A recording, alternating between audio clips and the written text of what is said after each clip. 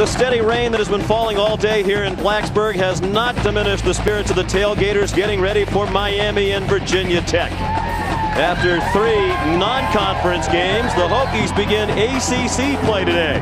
As Coach Frank Beamer says, it's serious time as Jacory Harris and resurgent Miami arrive in one of college football's loudest venues.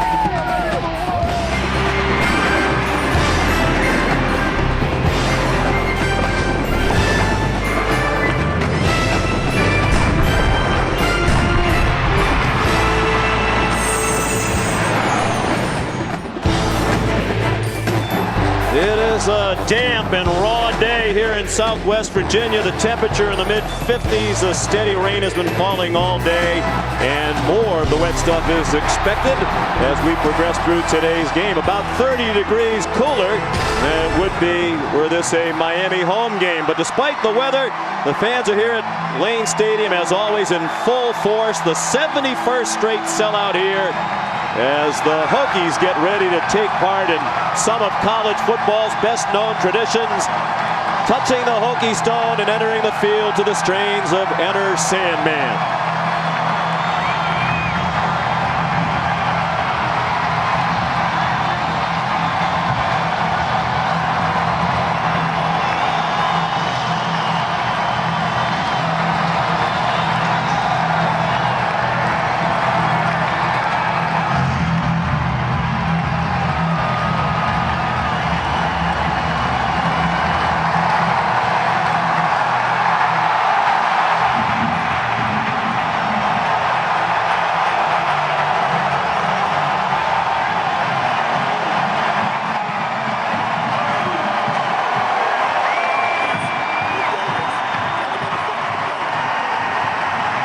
Another of the great traditions, the 3 flags leading the way as the Hokies take the field. Welcome everybody to the only game today between 2 ranked teams.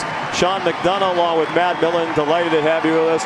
Matt, Miami, to me, the best story in college football so far this year. Unranked before the season began. Murder is scheduled to start the year. A lot of people thought they'd go 0-4. They're 2-0 with wins against Florida State and Georgia Tech. A lot of people asking, is the U for real? Jacory Harris and some of his teammates making believers of a lot of folks. Yeah, and with good reason, because, you know, I think when you thought of the University of Miami, you knew they had pieces of the puzzle, but they needed that last piece, and that's Jacory Harris.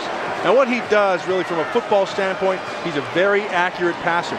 He also has the benefit of having a very good offensive line in front of him, because really he has not been touched the first 3 games of the season. So that, of course, is going to be a big deal today in today's football game. Virginia Tech got to get pressure on him. And Jacory Harris emerging as a Heisman Trophy candidate. We'll find out perhaps today if Miami is indeed back as they play another ranked opponent. Virginia Tech 2-1 after their narrow win here last week in dramatic fashion against Nebraska. One of the concerns for Virginia Tech, a new concern, the defense ranked 77th in the country so far this year. And they know it, and they've addressed it, they've talked about it. But in today's football game, that's going to be the main thing for the Virginia Tech Hokies, because if they do not get pressure on Jacory Harris, and if this guy right here, Jason Whirls, if he does not have a good day coming off the edge and forcing him to make bad throws, it could be a long day. Now, they run the football well, but defense is the name of the game. If Jacory Harris gets out of the first few series with a clean jersey, that's a bad sign. This is a great rivalry. They were together in the Big East, now in the ACC. The opening kickoff from Blacksburg right after this.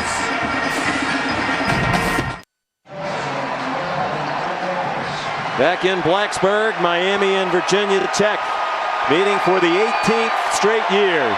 Miami won the toss and deferred, so the Hurricanes will kick off. Dyrell Roberts brought the opening kickoff last week, back 76 yards against Nebraska to set up a touchdown in their opener. He took one all the way, 98 yards for a score against Alabama. Alex Uribe's kick is short, and it's David Wilson, the true freshman. Miami's had trouble so far in this 2-0 start in kickoff coverage. They did a decent job there, knocking Wilson down at the 31. We welcome in Holly Rowe. Well, guys, as you can see, it is a downpour here and it's been raining all day. The field actually held up very well, though, in warm-ups. The field coordinators, Emron and Nick, told me that because it's a sand-based root system, it drains very well. Add that to the fact that they brought in this huge machine. This is called a solar air vacuum. It's got 12 different drains that can handle about 5 to 6 inches of water. They do not expect it to be an issue today. And they're very proud of this state-of-the-art drainage system. And on the first play from scrimmage, it's Ryan Williams for 11 yards. The redshirt freshman who rushed for 107 last week against Nebraska. That back-to-back 100-yard games also went over the century mark against Marshall. This is a running team, this Virginia Tech team. When you look at them, Ryan Williams has to be a big part of that, as well as this offensive line who's going against a smaller defensive front in Miami. Virginia Tech 2-1, but they have struggled on offense. And that's been a story for several seasons here in Blacksburg now. Williams again tackled by Daryl Sharpton, the middle linebacker. And let's take a look at today's impact players for Virginia Tech. Well, he's averaging over 100 yards a game, and they don't even know how good this kid is. He's getting better as the weeks go on. Darrell Roberts is a big play receiver, can make plays down the field as well as in the return game. But defensively today, Jason Worlds is going to be the guy who's going to have a lot of pressure on him. He's got to get pressure on Shakori Harris. From their own 45, 2nd and 6. Good ball faking by Tyrod Taylor, the quarterback, and it's Williams slashing out near midfield. They're going to mark him down back at the Virginia Tech 49. Tackled by Colin McCarthy, junior outside linebacker. Sean, you and I had a chance to talk with Ryan Williams a week ago, and he's a redshirt freshman, but he's a very mature kid. And he's a very focused kid. He knows exactly what he wants to do. He's a powerful runner, but runs very, very well with his eyes. 3rd down and 2 for Virginia Tech. Tyrod Taylor throws it in the flat, and it is dropped. He had his fullback, Kenny Jefferson. Good call that they did not execute. And Virginia Tech will have to punt. And you can't put that on the quarterback. Jefferson's got to come down with that ball. Run, then play action is what you should see a lot of today out of Virginia Tech. Brent Bowden, the senior punter, 4th in the country, number 1 in the ACC with that 46.3-yard average. Kicking it away to Greg Cooper, one of the most dangerous return men in the country. And Cooper caught it in traffic, decided to forego the fair catch, and he swarmed under immediately at the 16-yard line. Zach Luckett leading the coverage unit. He's one of their special team standouts. 36-yard punt, and credit Cooper with a 1-yard return. So here comes Miami, led by Ja'Cory Harris, the sophomore out of Northwestern High School in Miami, where he played on a couple of state championship teams and a team that was picked number 1 in the country nationally by USA Today and Sports Illustrated. They've played 2 games. He's been the player of the week in conference both times. Comes out throwing, and it is caught but out of bounds by Leonard Hankerson, with Rashad Carmichael in coverage on the big target. Hankerson is 6'3". Just a little bit outside. Now Rashad Carmichael does a nice job of using that sideline as the extra defender. He tried to push him as far to the sideline as he could.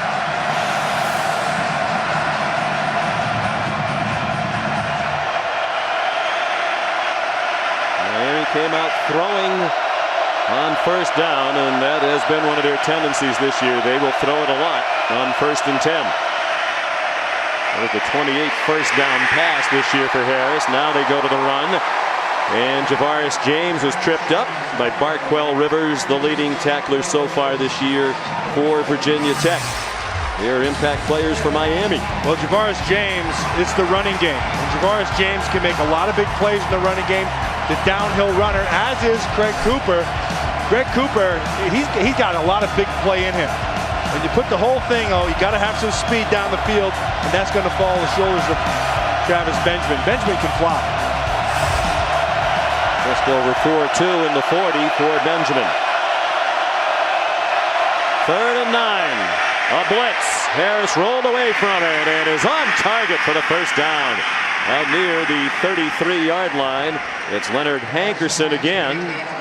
He's become the leader of that receiver group, according to the new offensive coordinator, Mark Whipple. They're going to come right up inside. A-gap blitz. It's the toughest thing to pick up in protection, and they need to get pressure on Jacory Harris, but he also has the ability to move around in the pocket. He handles the pocket very, very well. He's not a pull it down and run kind of quarterback, but he has nice movement in the pocket to get that extra second or so to get a throw off. Back to the run with Javaris James, and he is stuffed at the line of scrimmage. Cody Grimm made the tackle. There's Mark Whipple in his first year as offensive coordinator, with years of experience in the NFL, quarterback coach with the Eagles and Steelers, and a very successful college head coach at UMass, where he won a national championship. Brown and New Haven, regarded as an excellent offensive mind, and he's lived up to that reputation in the first 2 games.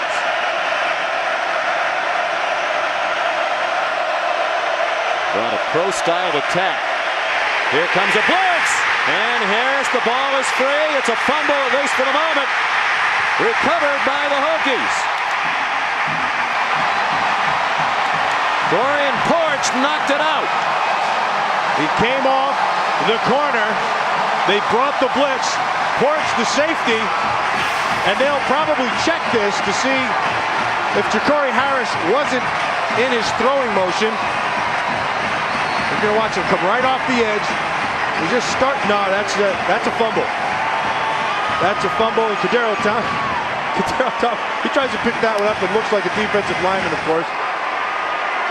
Well, he couldn't pick it up. Give Porch credit. Not only did he blitz and knock the ball out, but he went in hot pursuit of the ball, and after it squirted away from Thompson, Porch recovered it as well. Senior from Calhoun, Georgia, with a big play. They are reviewing it.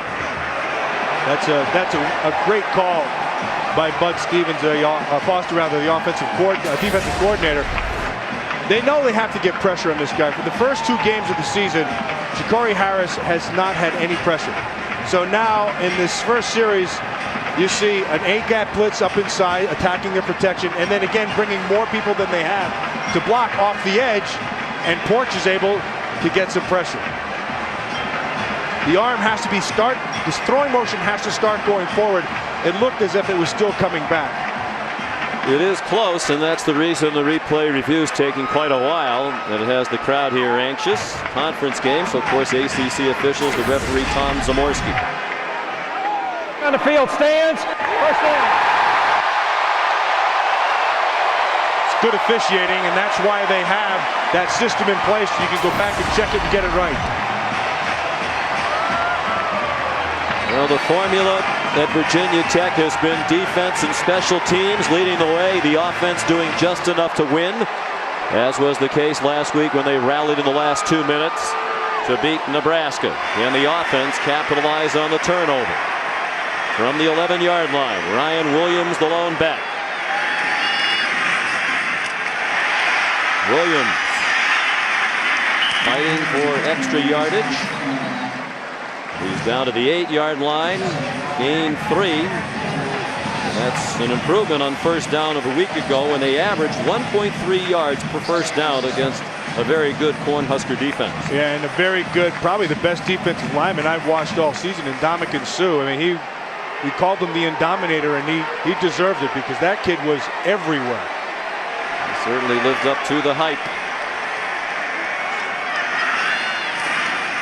Out of the gun, design quarterback draw for Tyrod Taylor, and he could not turn the corner. Run down by one of the fastest men in college football, Sam Shields, the former wide receiver who's made the transition to quarterback. As a senior, he runs a 4.2 40, the fastest player on the Canes team. And you can see him right there, number 9. You're not going to get the edge on Shields. Shields can fly. What really impresses me about him, usually when you take a receiver and you put him on defense, they're not the most aggressive guys. This kid, he'll throw his face in. He's not afraid to get physical. 3rd and 6. They could get another first down near the 1. Taylor under duress. And there's flags down as the pass is incomplete in the end zone. Looking for Greg Boone, the tight end. Von Telemack had tight coverage and too tight in the opinion of the officials.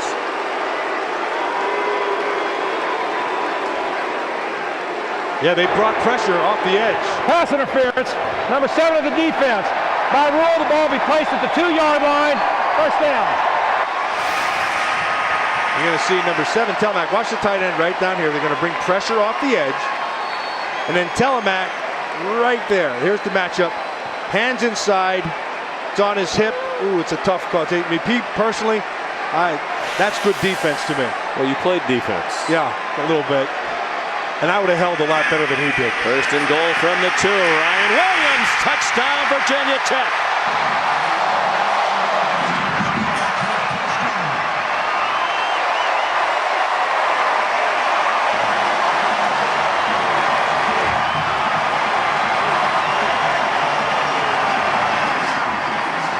What do they call that down here, Sean? Beamer ball. Get the turnover, play good defense, punch it in. 7th touchdown already for Ryan Williams. The start of his 4th game of the year. He leads the ACC in touchdowns scored. Matt Waldron, 5th-year senior walk-on kicker, first year as a starter, and he's perfect so far this year in field goals and point afters. The fumble set it up. The Hokies go 11 yards in 3 plays and lead Miami 7-0.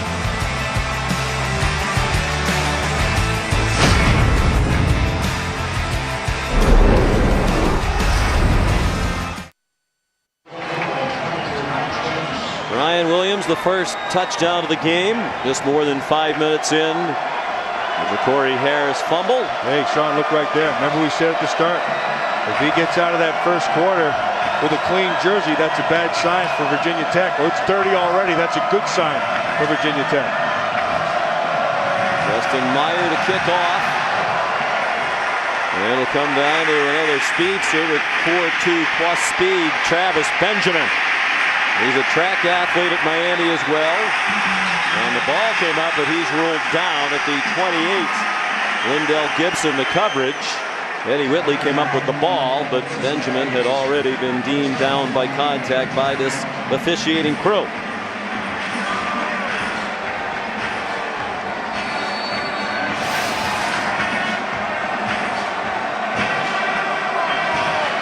Looks like the knee's down already.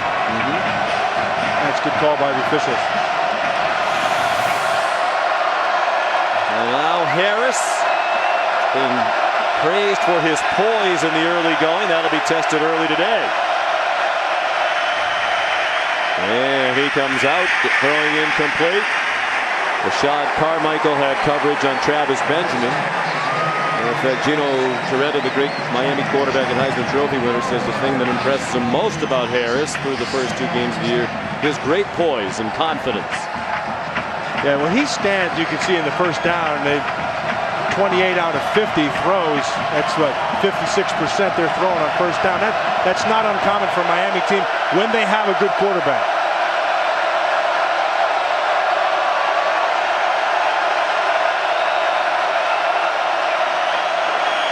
Flags down, and they will stop it. There was movement across the line by Cordero Thompson. Virginia Tech is dinged up in that defensive front. Offsides by contact against the defense. 5-yard penalty. Still second down. John Graves, who ordinarily starts alongside Thompson at defensive tackle, suffered an ankle sprain last week. Had limited practice time, and they didn't know how much he'd play today. Right now, there's Demetrius Taylor in for Graves, and they lose some size at that position. Taylor used to be a linebacker, he's just 273 at D tackle. And he's a 6-footer. I'll tell you what he is, boy. He is stacked. That kid, and he is slapped together. He's playing against a big offensive line. Playing against Franklin, who's 6'7". They just did get the playoff. And it's Javaris James for a hard-earned 2 to the 35 as we bring back in Holly Rowe. Well, guys, we've already seen the football slip out a couple of times. Ja'Cory Harris keeps trying to wipe off his right throwing hand. He keeps looking at it, blowing on it. Because the rain's coming down so hard right now, your fingers kind of get webbed up like you've been in the bathtub too long. And guys, keep in mind they are brand new And you can see some of the height that keeps coming off on his hand. His hand is red. He keeps trying to wipe off that residue, but it's causing some issues. You know, Holly, the thing that surprised me, down in Miami, they're in the wet weather a lot. He should be used to this. They practice in it, they play in it, so the weather part of it shouldn't be an issue for him. And you can see he also has a visor. And a lot of times they spray that stuff so the water just kind of falls right off it. But this is not a situation that he should be uncomfortable with. The officials are conferring. So Corey Harris takes advantage of the opportunity to go over and speak with Mark Whipple. Mark Whipple's done great work with Ja'Cory Harris. The offense that Mark Whipple has brought seems to fit the athletes that he has, that tall, fast, wide receiver group in particular. But he's done a great job tutoring this young quarterback. Yeah, he knows what he's doing. He's got a great reputation with quarterback. He's got a great reputation not only in the NCAA, but at the next level, just in terms of understanding offense and how it works. He's done a great job down here so far. Whipple worked with the rookie Ben Roethlisberger and helped the Steelers win a Super Bowl, and he was the quarterback coach of the Steelers. 3rd down and 3. And James didn't even get to the line of scrimmage. Jake Johnson. Sean, that was excellent Virginia Tech defense. Now, Jake Johnson's the recipient of a whole surge. But that whole right side, they read it fine, got off their blocks, and they just collapsed that whole right side. Matt Bosher to punt. They come after him, and they almost got it. It's a booming punt up into the raindrops, and a fair catch is muffed by J-Ron Hosley. And the crowd breathes a sigh of relief as the Hokies get it back at the 11-yard line. Cam Chancellor in the right place at the right time for Virginia Tech. The Hokies leading 7-0.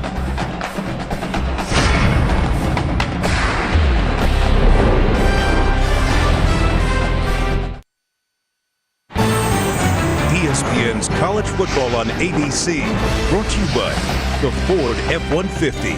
It's not just a pickup truck, it's a Ford F-150. Dr. Pepper, drink it slow, doctor's orders. And Allstate, proud sponsors of college football. Are you in good hands?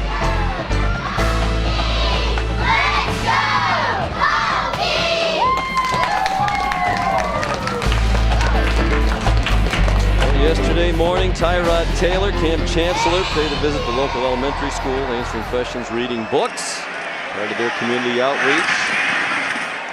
Those young fans are very happy about what the Hokies have accomplished so far today. Ryan Williams carries on 1st down out to the 15. That program, Herma's Readers, Frank Beamer's mom, Herma, was a teacher. And her son is a terrific coach, now in his 23rd season at his alma mater. 179 wins here, 221 when you count his tenure at Murray State. Only Joe Paterno and Bobby Bowden have more wins among active coaches at this level. I heard of those guys too.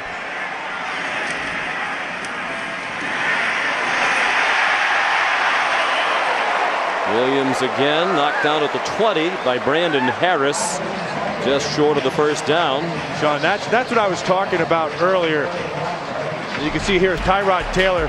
This was just a week ago, making the big plays with his feet and then pushing the ball down the field.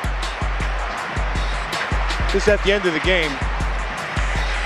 The back end of Darrell Roberts for the touchdown, but that whole thing was set up by the ability of Tyrod Taylor to move in the pocket. Now a big 3rd down and short, and it's Williams. Looked like he might have difficulty getting the necessary yardage, but he found a crease. Colin McCarthy and Randy Phillips credited with the tackle, but the play goes to the 26 and a 1st down. Already 8 carries here in the 1st quarter for Ryan Williams for 39 yards. Both of these offenses, their offensive lines, there's a distinct size advantage versus the respective defenses. Virginia Tech, that's a big offensive line going against a smaller defensive front with the Hurricanes. Play action pass. Taylor started to scramble, now runs away. Has him wide open. Keeping the play alive, reminiscent of the touchdown that won the game last week, but the throw was low and Williams couldn't scoop it at the 50-yard line. Sean, Ryan Williams came open so fast, he didn't know what to do. He turned his back to, and he turned forward to Tyrod Taylor and was just waving his hands. Ooh, that looks like it could be a catch right there. He got his hands underneath. And the crowd agrees with you. They just showed that replay on the board here at Lane Stadium. And now the officials are going to take a longer look. That looks like a catch. He has control of it the whole time. And Tyrod Taylor was able to get out to the right side and throw that ball, and he underthrew it. But had he been able to compose himself, there was nobody down that whole right sideline. Could have been a huge play. Watch his hands get underneath, and then he has to maintain control, which that looks like that's a catch. I'm inclined to agree with you, although the call was incomplete, so the replay has to prove conclusively that the call was wrong on the field. I'm not 100% sure that it does, but I'm with you. I think that's a catch. Yeah, that looks like it could. I don't know if it's indisputable visual evidence, but it's pretty darn close. When we talk about this Virginia Tech offense, Matt, the last 3 seasons, 99th or worse in the country in total offense. But at the same time, the last 5 years, Virginia Tech has won at least 10 games every season. That's the number they care about. Frank Beamer says he doesn't care about the offensive stats. But the coaches do look at a couple of numbers on offense. They prefer not to look at those. When we talked to Brian Steinspring yesterday, the offensive coordinator said one of the things we strive for, 4.5 yards per carry. And so far, so good, getting that and more from Ryan Williams. Yeah, and I think that's the key. And when you go back to what you said about Frank Beamer, never really cares about the bottom line, which is win. The player did control the ball. It will be Virginia Tech first down on the 49-yard line. Now again, we go back, we showed that clip of last week with Tyrod Taylor buying time with his feet and able to find the touchdown in the back of the end zone, and it's the same case here. And this is one of those things, Sean, this is hard to coach. If you're the offensive coordinator, it's hard to coach that guy, but it's equally hard to coach against, because you never know where the guy's going to be and when he's going to do it. They also strive for 60% completion percentage. Taylor has not been always as accurate as they would like him to be. That one goes now for a 23-yard gain after the replay review, and it's Ryan Williams tripped up by Von Telemack. Williams did manage to cross midfield and gain 1.5 yards before the native of Long Beach, California, tackled him. Randy Shannon, in his 3rd season as head coach at Miami, was below 500 for the first 2 years at 12-13. Started the year on the hot seat with his team of surprising success. We asked him the other day, is the seat less hot? He said, no, this is Miami. It's always hot. Even when you're winning, it's hot. Ryan Williams into the line, and that's about it. Colin McCarthy, the junior from Clearwater, made the tackle. One thing Randy Shannon he's always recruited pretty well, and he's always recruited guys who can run. And when you look at this Miami defense, especially in the secondary, they all can fly. They all run very, very well. The linebacker core runs very, very well. So, and this Virginia Tech, if you're going to try to outrun them to the edges, you're not going to get there. 3rd down and 8. Virginia Tech leading 7-0 under 5 minutes to go, first quarter. Taylor has a man open down the middle. Caught! Jared Boykin, touchdown Hokies.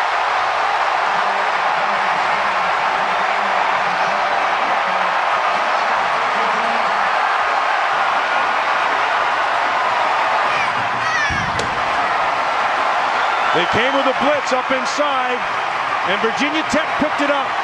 Tyrod Taylor had the time and the vision and just laid it out there. Just let him go run and get it. Couldn't have been thrown better.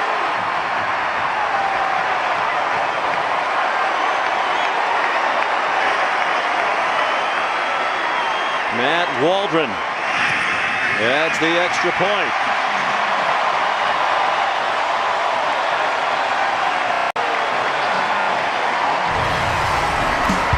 Jared Boykin on the receiving end of a 48-yard touchdown pass, completing an 89-yard drive for Tyrod Taylor and the Hokies.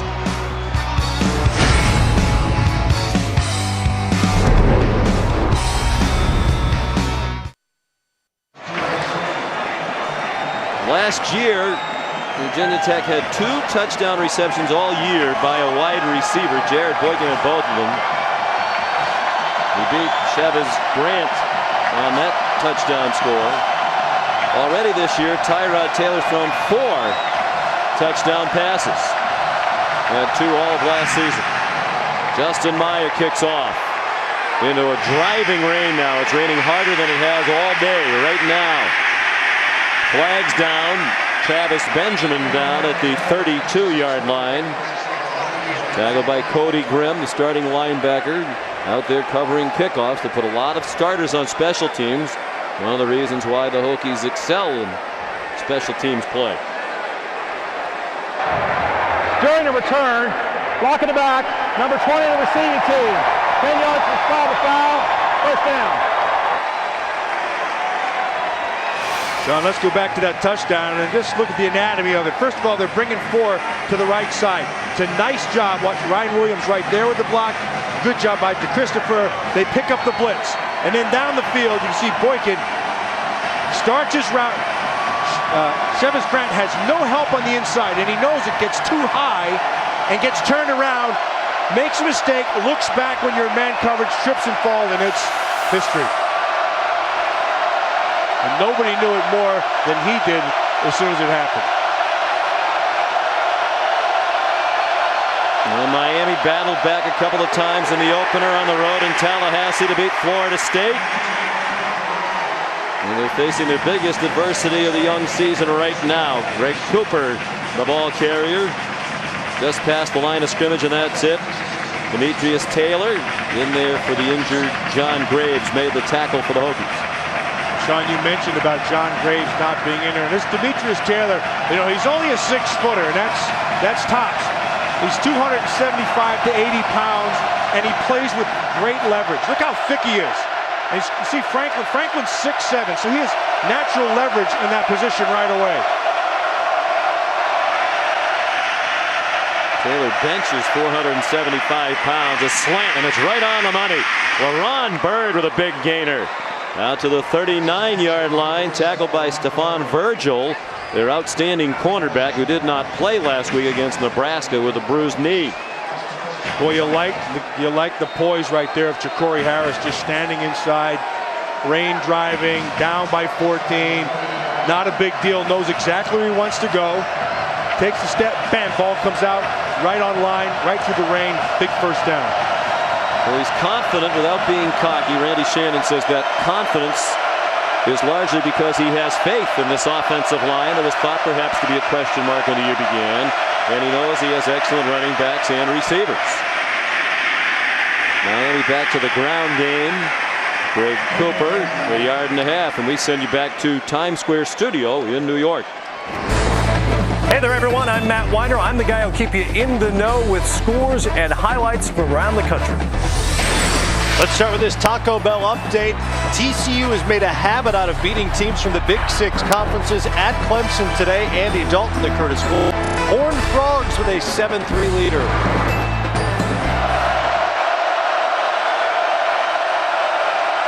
Go with an unbalanced line here, Sean, to the right side. And Harris almost threw an interception, tried to throw a shovel pass as he was about to be sacked. He threw it away and almost threw an interception as Cody Grimm came on the blitz and got to Harris. Cody Grimm comes off the edge. They go unbalanced to this side. Grimm, from the safety, comes from the other side. And Ja'Cory Harris, look at the great presence. Now, not a great decision necessarily, because it could have been picked. But he maintains a presence even as he's falling down. Lindell Gibson, backup linebacker, almost picked it off. Grimm, the former walk-on, the son of the great Washington Redskin offensive lineman, the Hog, Russ Grimm, now associate head coach of the Arizona Cardinals. A screen, and it is incomplete. Trying to set up Greg Cooper, and it hit the wet turf And Miami will have to punt. Well, this week, Bud Foster, the defensive coordinator, challenged his group to get back to living up to the traditions of Hokie defense. Put a note in all of their lockers reminding them of the history of the statistics. Top 7 in the country in total defense each of the last 5 years. 77 so far this year. That defense has answered. And Bosher again under some heat. Got the punt off. And a fair catch made by J-Ron Hosley, who muffed the last punt. And so far today against Bud Foster's defense, Miami's run 13 plays for a total of 25 yards. Virginia Tech started today 107th in the nation against the run and 77th in total defense after 5 straight years in the top 7 in the country. So the players earlier this week all had a note. They had the responsibility to uphold the tradition of great defense here. On first down, Ryan Williams ahead for 3 to the 24. This is where Virginia Tech likes to have it. They're good with points at their back, and that's when their running game can really start to come alive. And then they love the play action off the running game. They would like to be able to get Ryan Williams just start coming downhill play after play. Tyrod Taylor out of the gun. Take the handoff, and he keeps it. And runs out of bounds at the 45. Chased out by Randy Phillips. 21 yards. And all of a sudden, this is becoming a big play offense for Virginia Tech. Yeah, and it's all set up off of this run. You're going to watch the fake inside. It's going to draw people down inside. Nice job right here with the block. And then Tyrod Taylor off to the races, but he knows that the posse is on his. He knows he's not outrunning his group.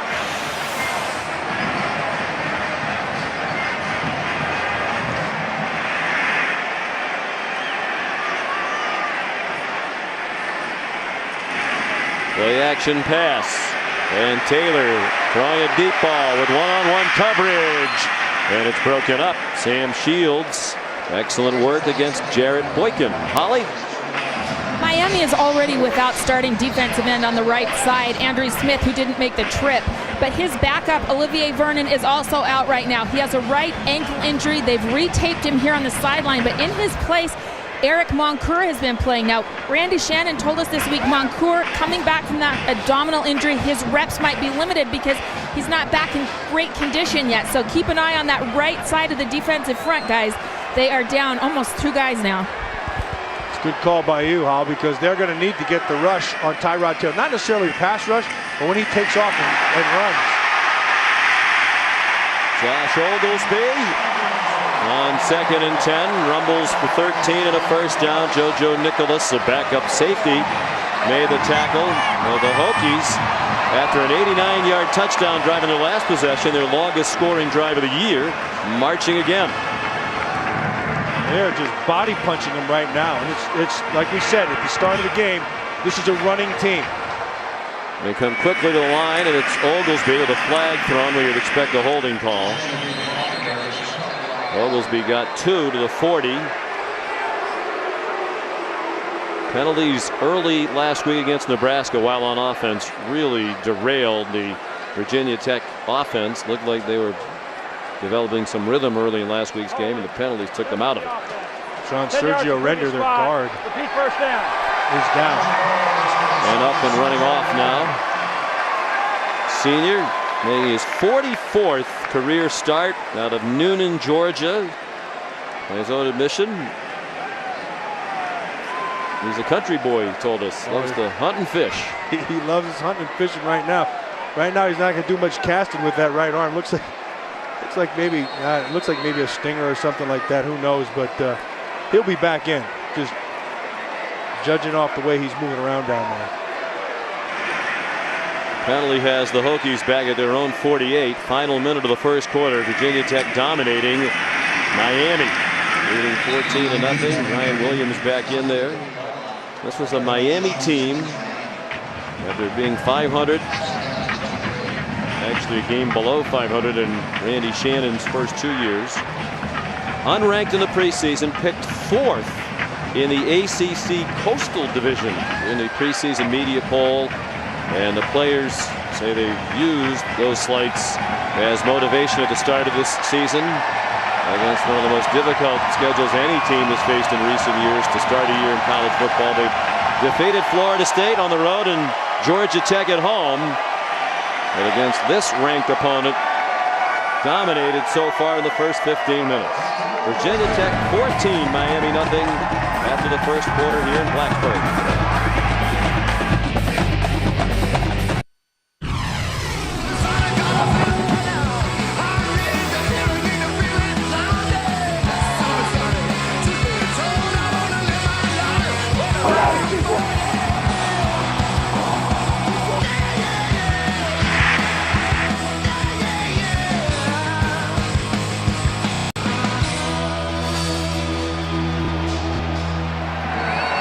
Back in rainy Blacksburg, Sean McDonough, Matt Millen, Holly Rowe, and a sellout crowd of better than 66,000 here at Lane Stadium. Virginia Tech leads 14-0 as we go to the second quarter. On second down from the 50-yard line, it's Ryan Williams for a yard. Sergio Render has returned to that offensive line. That left guard for Virginia Tech, although he's still moving around gingerly. That's a big, powerful man. And he's pretty good in space. When he pulls, you know, he can locate guys. And he's kind of the leader of that offensive line. He and Big Ed Wang, number 77. You can see him right there on the left side.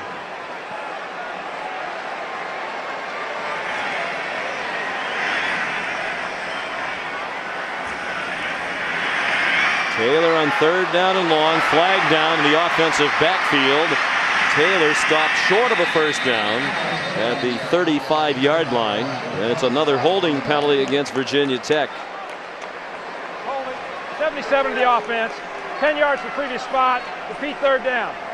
Ed Wang, the senior left tackle from Ashburn, Virginia. Yeah, you can see 62. DeChristopher is down.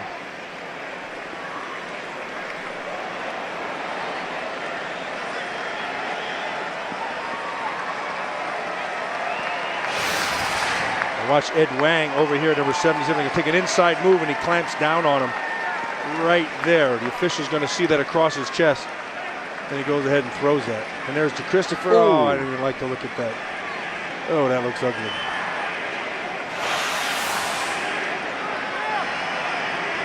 Blake DeChristopher is the starting right tackle. Just a sophomore from Midlothian, Virginia. And this is a line that's been criticized in recent years with the lack of production from the offense as a whole. Penalties again hurting. They're back at the 41-yard line. Third down and 27. And it's Ryan Williams for the 45. Colin McCarthy the stop, and we'll check out the Pacific Life game summary.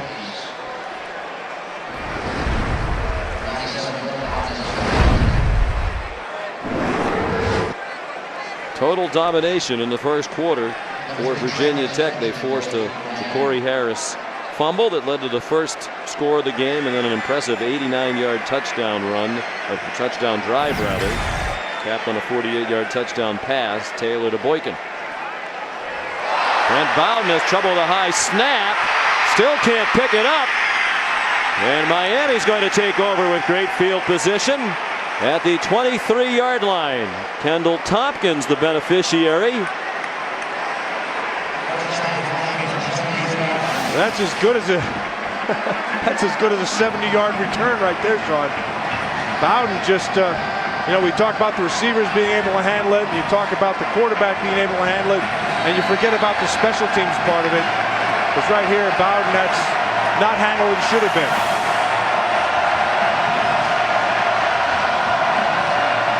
Miami needed a break, try to turn the momentum.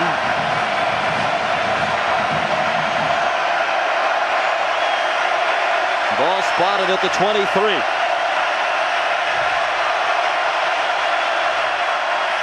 They came on a blitz and didn't get to Ja'Cory Harris, and his pass is ruled incomplete. Juggled and then dropped, and clearly the wet conditions are causing problems on both sides. Travis Benjamin couldn't hang on. Cam Chancellor had the coverage. We welcome back in Holly Rowe. Well, Matt, you called it before the game. Ja'Cory Harris had that clear visor on. He couldn't see. He's had them take it off. You need major windshield wipers for those things to work right now, guys. It is so bad out here. And it was another first down pass for Ja'Cory. He's 0 for 3 passing on first down today. And flags and whistles stop the play right before the snap. False start. 64 on the offense. 5-yard penalty. Second down. Jason Fox, team captain, senior out of Fort Worth, Texas, making his 39th career start today. We enjoyed our conversation with Jason. Very well-spoken young man. He's been writing a blog for the Sporting News Today once a week. He said, I don't really write it. I sort of speak it to a writer, and then he writes it. Yeah, well, one thing about him, that's a smart kid. He sees, knows all the calls, sees everything up there. Going to graduate in 3.5 years in December. Javaris James swung down for a loss. Again, Cody Grimm, barely 200 pounds, came here as a walk-on. And every time you watch them play, he's all over the field. John, you are 100% right. You know, the one thing about Cody Grimm, there's just not enough of him. But he doesn't seem to mind. And he makes plays all over the field. He's one of those guys that you look at and you go, you know, you're not big enough. You're probably, you know, you're not strong enough. And you're really not that fast. But how the heck, he makes a play every time you look. He's around, he has great instincts, and he keys and diagnoses very, very well. Had 7.5 sacks last year and 2 interceptions. Third down at 17. Harris under pressure and sacked. Back at the 40-yard line. Jason Worlds right on schedule. We said at the beginning of the game, if Ja'Cory Harris's jersey's not dirty, that's a bad sign for Virginia Tech. We also said that Jason Worlds is going to have a big game, and boy, did he have a great rush right there. Watch it, speed first, and then it's just gets him off bounds, uses a straight arm, and Peepo, 65, just goes right down. Excellent job. That's great pass rushing there by Worlds.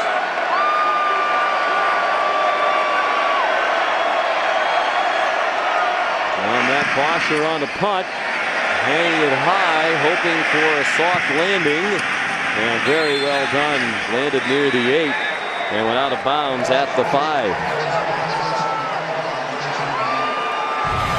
Miami couldn't capitalize on the great field position. We've been counting down the top 30 moments of the last 30 years. When we come back, it's moment number 27.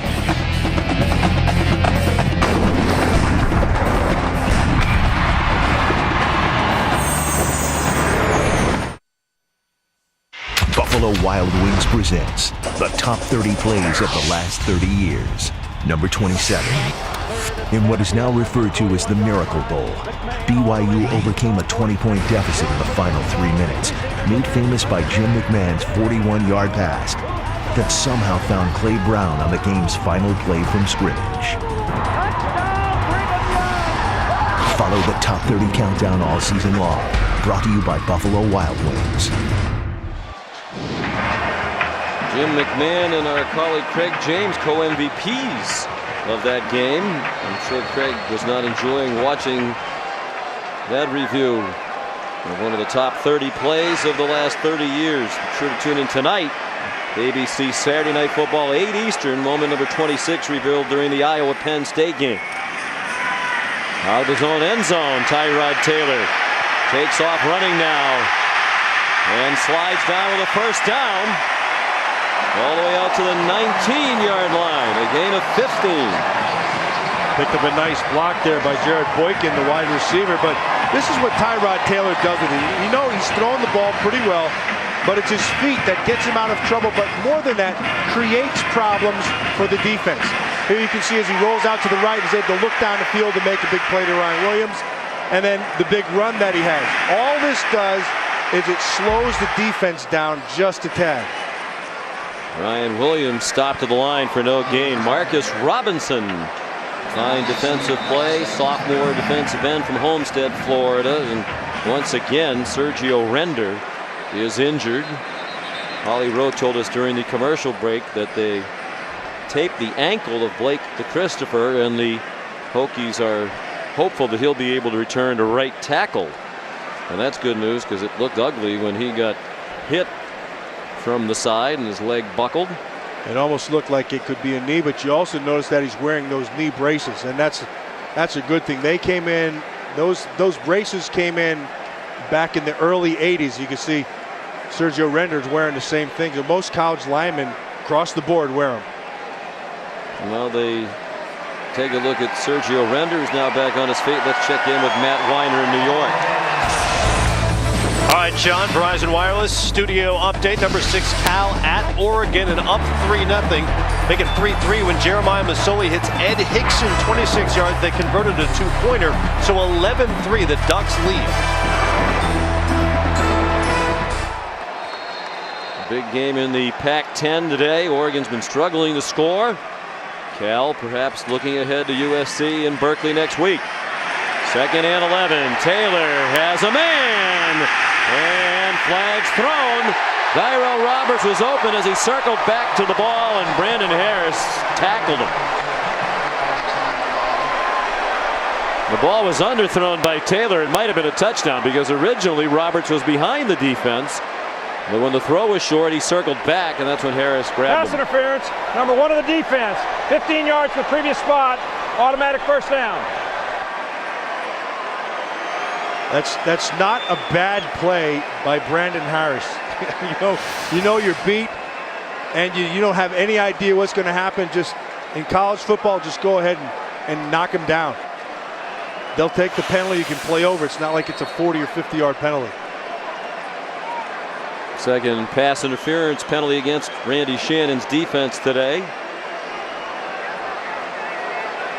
Ball comes out to the 33-yard line. 1st and 10, Virginia Tech. Leading 14-0. 10.5 to go till halftime. Ryan Williams out to the 38, where Colin McCarthy made another tackle with help from JoJo Nicholas.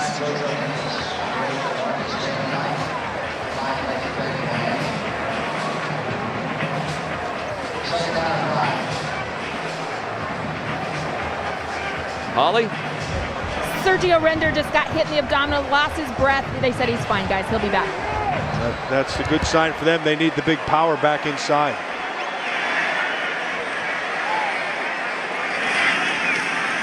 Second and 5. Williams, great balance. Looked like he'd be chopped down for a loss. He stayed on his feet. There is a flag down near where the first contact was made on Williams. Colin McCarthy again in on the play for the Miami defense.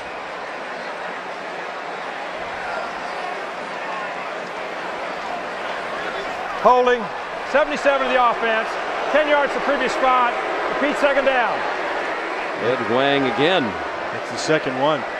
It's the second one on Ed Wang, and the tackle by Colin McCarthy is one of a number, and he's an active guy. He's 5 tackles already into this game, but he's always around the football. He's got a little bit of Cody Grimm in him. Same type of guy, sees things very well, makes good reads, reacts very, very well.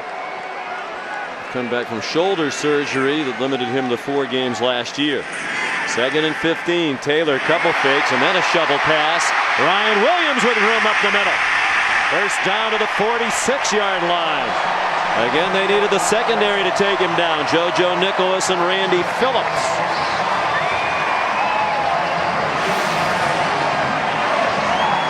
Watch this. Tyrod Taylor is just going to, looking down the field, they get everybody spread, and then they just dump it back underneath. And Ryan Williams just uses, like I said, he has excellent vision. He runs well with his eyes.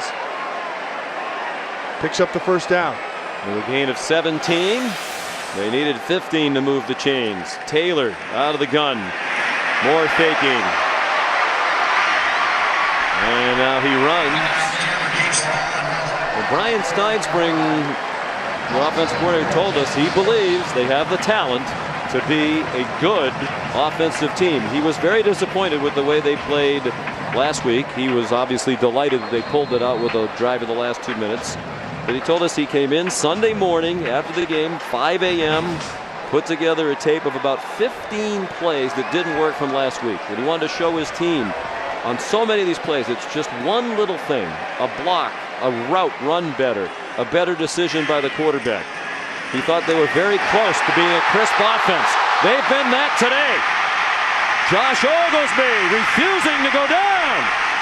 Finally corralled by the last man who could stop him, Sam Shields.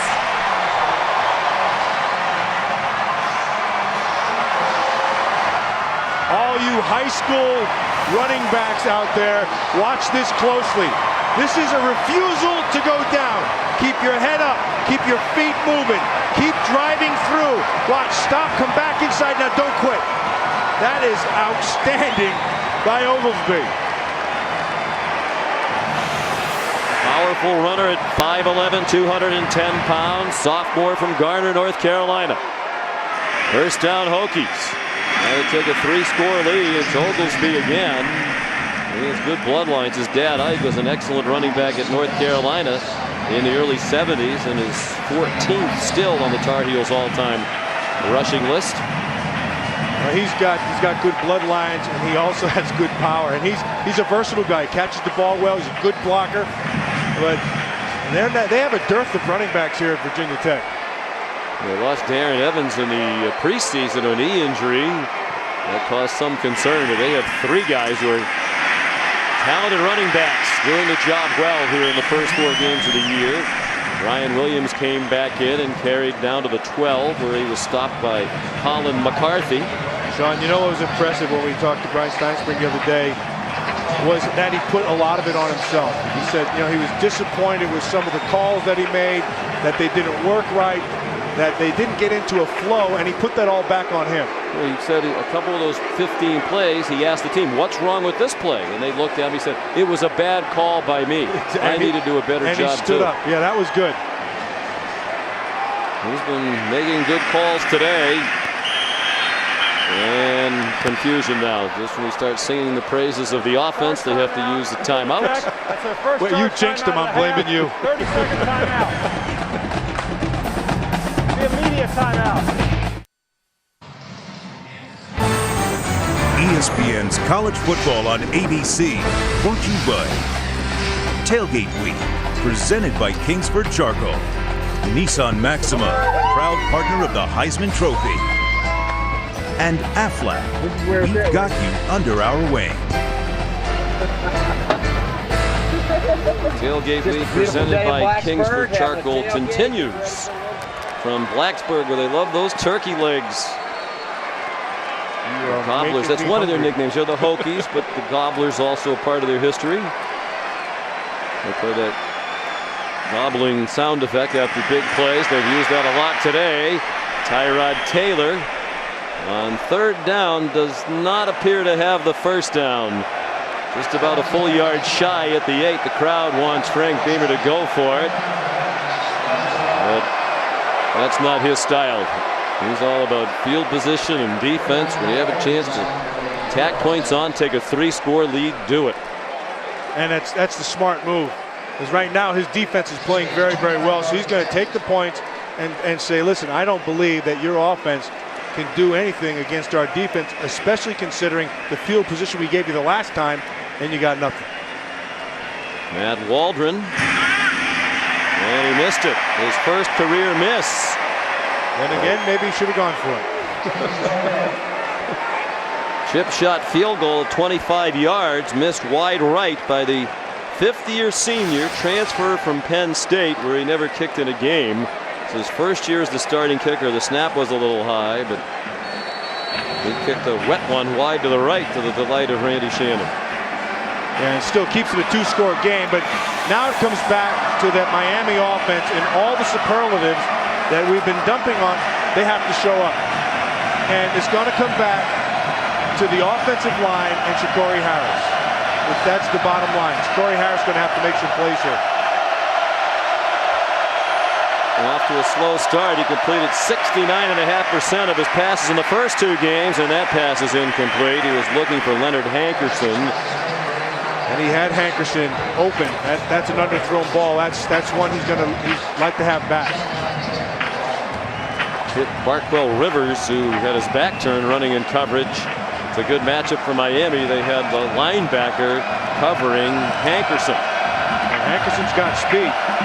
Corey Harris knows it. He's going to like to have that one back. But take a good look at Harris's jersey. It's getting dirtier as we go. Now 0 for 4 on first down passing. How about those moves by Greg Cooper? Nifty 7-yard run for Cam Chancellor, and Stephon Virgil got him on the ground. Sean, we talked about having a dirty jersey for Corey Harris, and this is why. It's the pressure that Virginia Tech has been bringing all game long. You got Cody Grimm, you got Port, Jason Worlds, and then those are just the hits. There have been others. Oh, man. Cooper punished after a 2-yard loss. Cody Grimm, Stephon Virgil, all there for the Hokie defense. Let's play meet at the running back right there. That was good team defense. Cody Grimm jumped in on it first, and then it was just a free-for-all. People just throwing their bodies at each other. You know, I always thought when you played in weather like this, Sean, as a player, you always had that feeling like you can't get hurt. It's one of those things, you know, the ground's going to, if your foot gets stuck, it's going to slip out, so you just kind of let it all hang out. It's a lot of fun playing in the slot. Now Bosher has it blocked. Cam Chancellor blocked it. And it's taken into the end zone for a touchdown by Matt Reedy.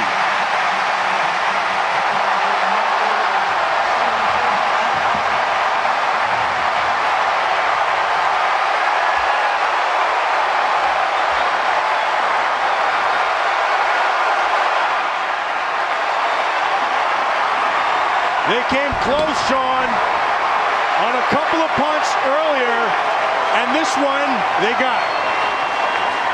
And it's been a problem for Bosher. He's a good punter, but that's the 5th career punt he's had blocked. The 123rd non-offensive touchdown scored by Frank Beamer's team in his 23 years as head coach. 61st punt that they've blocked under Beamer. The extra point by Waldron good. 21-0 Virginia Tech.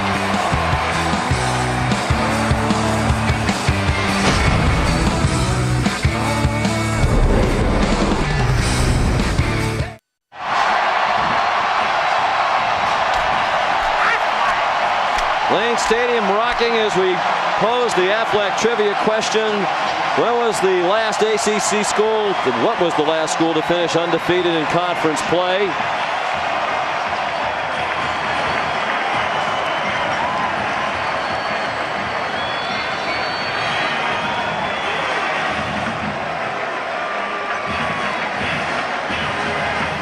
It was Jacob Sykes who blocked the punt a moment ago. We called Cam Chancellor number 17, but it was Sykes 37 who blocked the punt. And the short kickoff fielded by Jordan Futch, one of the up men. And Miami will take over at the 36-yard line. I don't know if he meant to, but he called for a fair catch.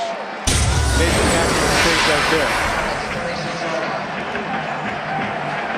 You just watch the block coming off the edge. You can see Sykes 37, and he comes unimpeded. Nobody touches him. Watch the launch point right there. Well done. And then Reedy's able to pick it up and take it in for the score.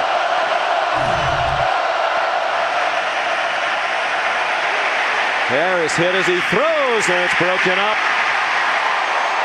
Intended for Travis Benjamin. Dorian Porch broke it up. It was Porch who forced the fumble from Harris in the first quarter and recovered it to set up a Virginia Tech touchdown. A defense leading to a touchdown and special teams scoring a touchdown.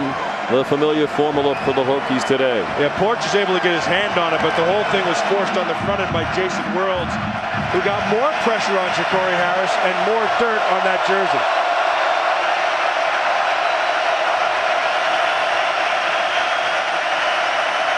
On 2nd and 10, Greg Cooper in trouble and stopped for a short gain.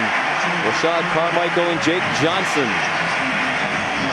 Let's send you back to the studio for Sports Center right now.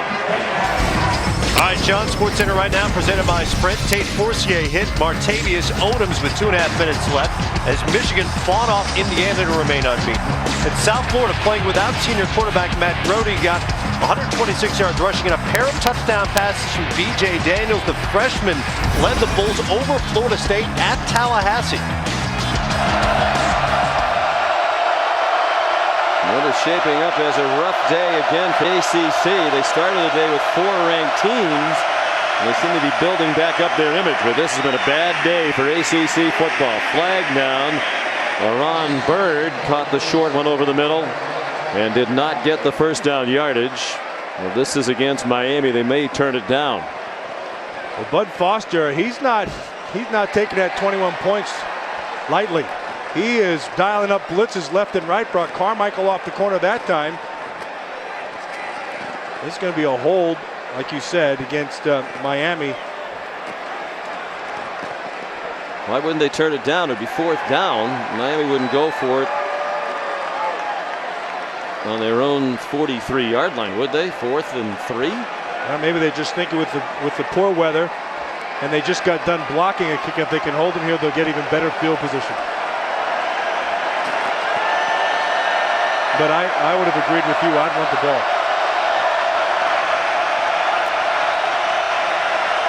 But we're going to have faith in that defense. It's been playing very, very well today. And like you said, Bud Foster, not afraid to dial up blitzes, but he's bringing it today. Miami came here 16th in the country in total offense. They've averaged 1 yard per snap today. 21 plays, 21 yards. Greg Cooper got out to the 41, short of the first down. And here's your answer to what you said just a second ago. Now they're basically in the same situation, and what are you going to do? You're going to punt or you're going to go for it, and the offense runs off. So we rest our case. I think it's way too early for Randy Shannon to take this kind of a gamble. 4th and 5 on his own 41. Still with more than a half of football to go, and a offense that has shown the ability to score points in bunches, averaging 35.5 points per game against 2 ranked teams, Florida State and Georgia Tech. But Sean, just to follow up on that point and what we said from the start, was Virginia Tech's defense, they had to become what they've been. And up until this point, they had not shown that. And today, it has been all Virginia Tech defense. They have just shut down this Hurricane offense starting up front and has gotten good pressure. And they've had the answer.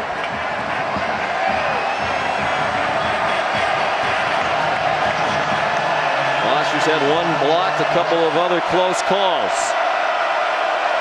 His 5th punt already. He had 5 total in the first 2 games combined.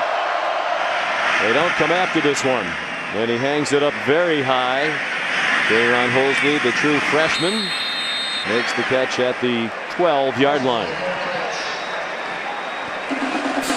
47-yard punt and a timeout with under 3 minutes to go in the first half.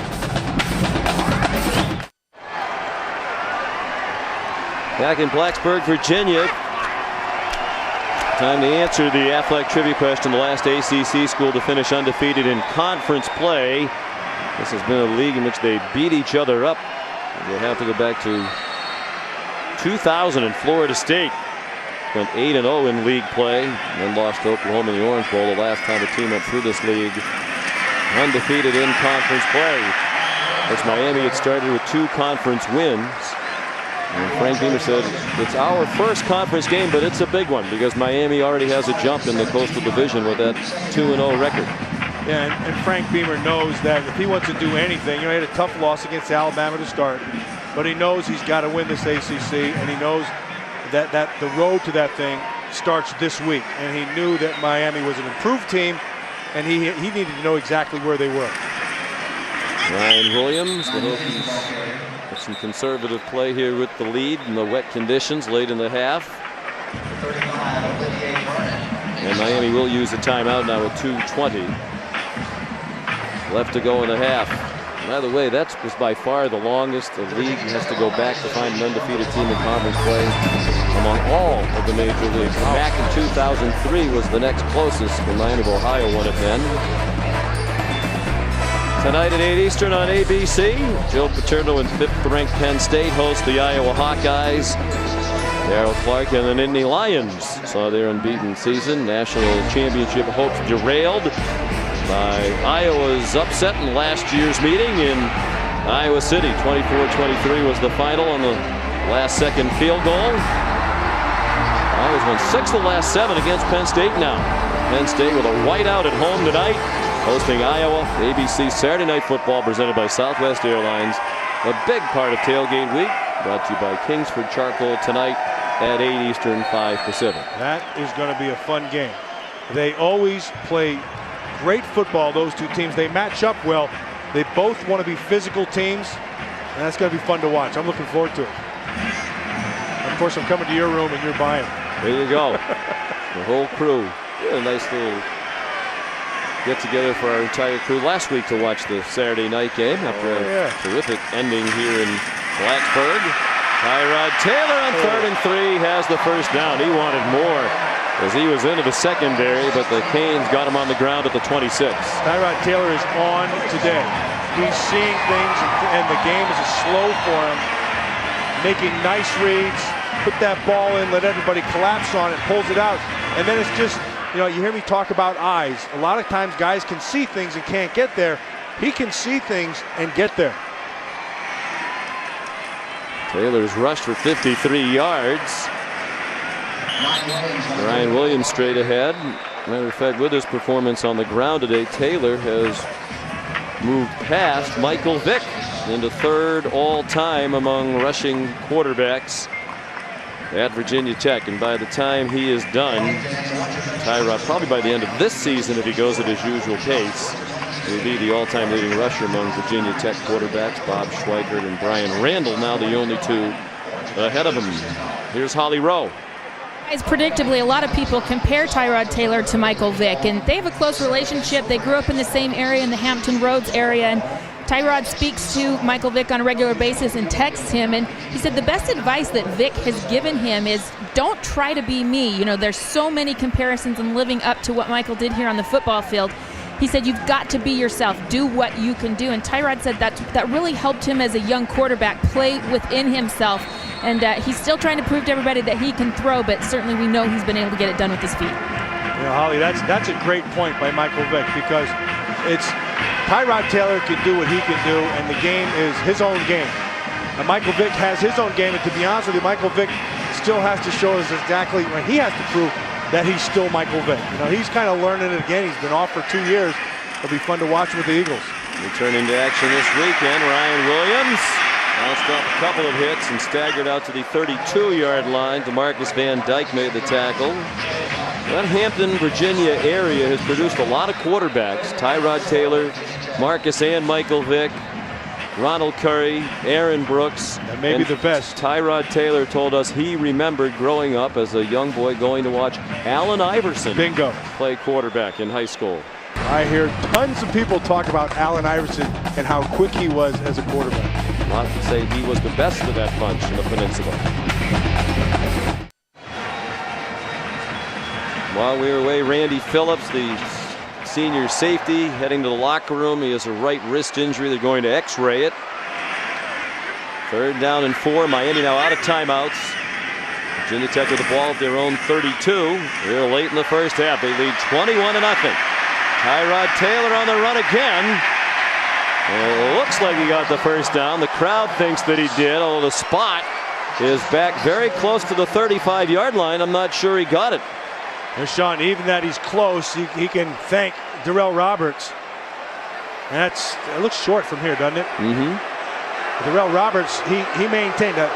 Tyrod Taylor tried to get to the edge. Darrell Roberts gave him the edge the whole time and stayed on it. And he didn't make it. Out of bounds, just short of the first down. The down marker on the sideline says 3rd down. Clock is running down. It's at 3 seconds. Frank Beamer I believe wanted a timeout just before the play clock expired, but they threw a flag for a delay of game.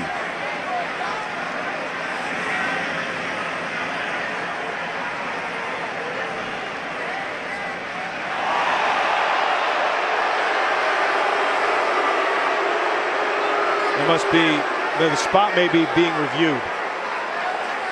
There might be a challenge by Frank Beamer. It looked like he was talking to the official near his sideline, and then that official ran in to talk to the referee. The crowd saw a replay on the board, and they thought it was a bad spot. They groaned. Remember, it's where the ball is when he goes out.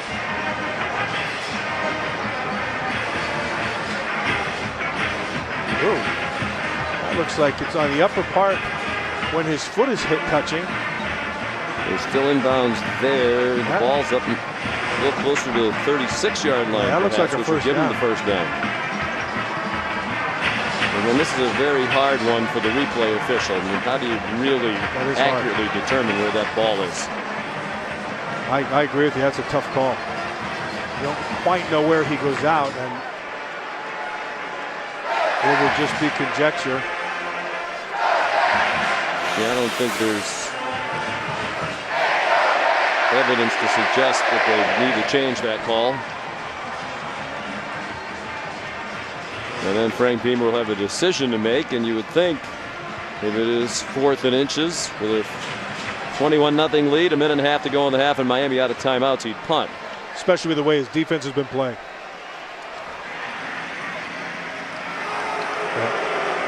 It was a Virginia Tech coach's challenge that cost them a timeout.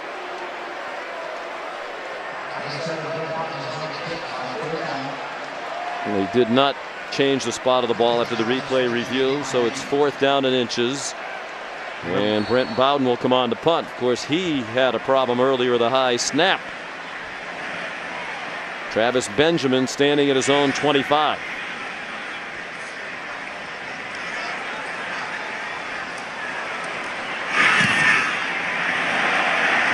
Nice punt. A boomer by Bowden, and it goes out of bounds near the 15-yard line. They'll mark it right at the 15. 50-yard punt by Bowden. Tomorrow afternoon, 1 Eastern on ABC. The chase for the NASCAR Sprint Cup continues in Dover, Delaware. After last week's win in beautiful New Hampshire, overall points leader Mark Martin will be looking to leave the field in the dust, but Jimmy Johnson and Denny Hamlin are hot on his heels. It's the chase for the NASCAR Sprint Cup at Dover, presented by Burger King. Coverage begins tomorrow at 1 Eastern on ABC. Denny Hamlin is a Virginia Tech Hokie fan.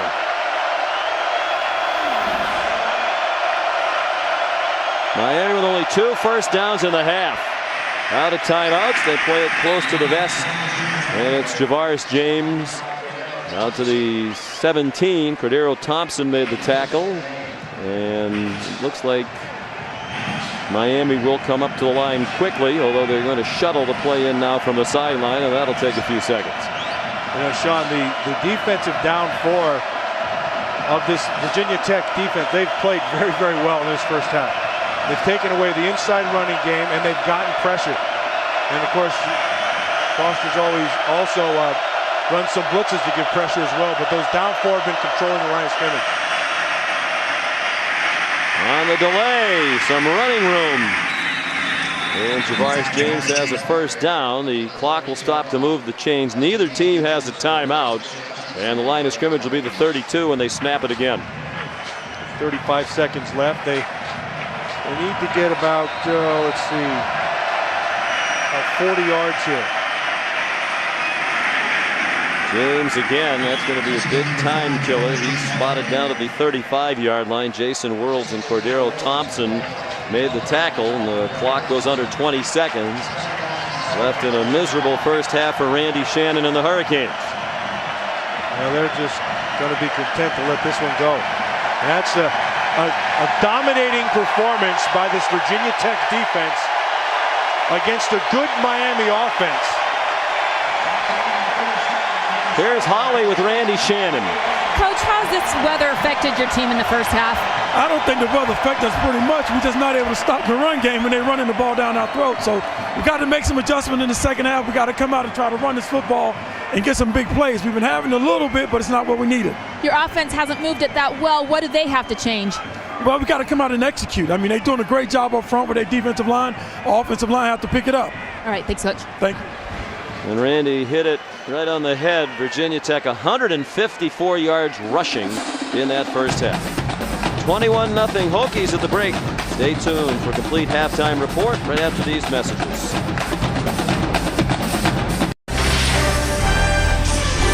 This is Tailgate Week, presented by Kingsford Charcoal.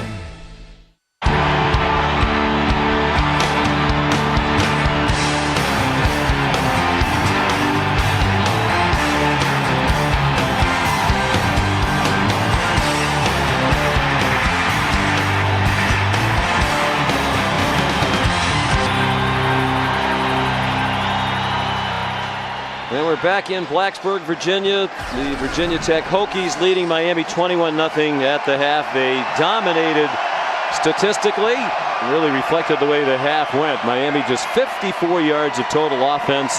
Ja'Cory Harris 2 out of 9 passing for just 38 yards. And it seems the rain, the wet conditions, Matt, really affected Miami. They're a team that relies on their speed and athleticism, the down the field passing game, and it all looks out of sync today. Yeah, it really does. But to me, when you look at it, I think I go back to what Randy Shannon told Holly at the end of the first half, and that was it starts up front, that offensive line. They need to protect. They need to open the holes inside for the running game. They're down 21 points. They've been dominated through the first half. I think what they've got to do right now is just come back and establish something, because to this point they've established nothing. And Virginia Tech will kick off to begin the second half. The usual Hokie formula in the first half. The defense set up a touchdown.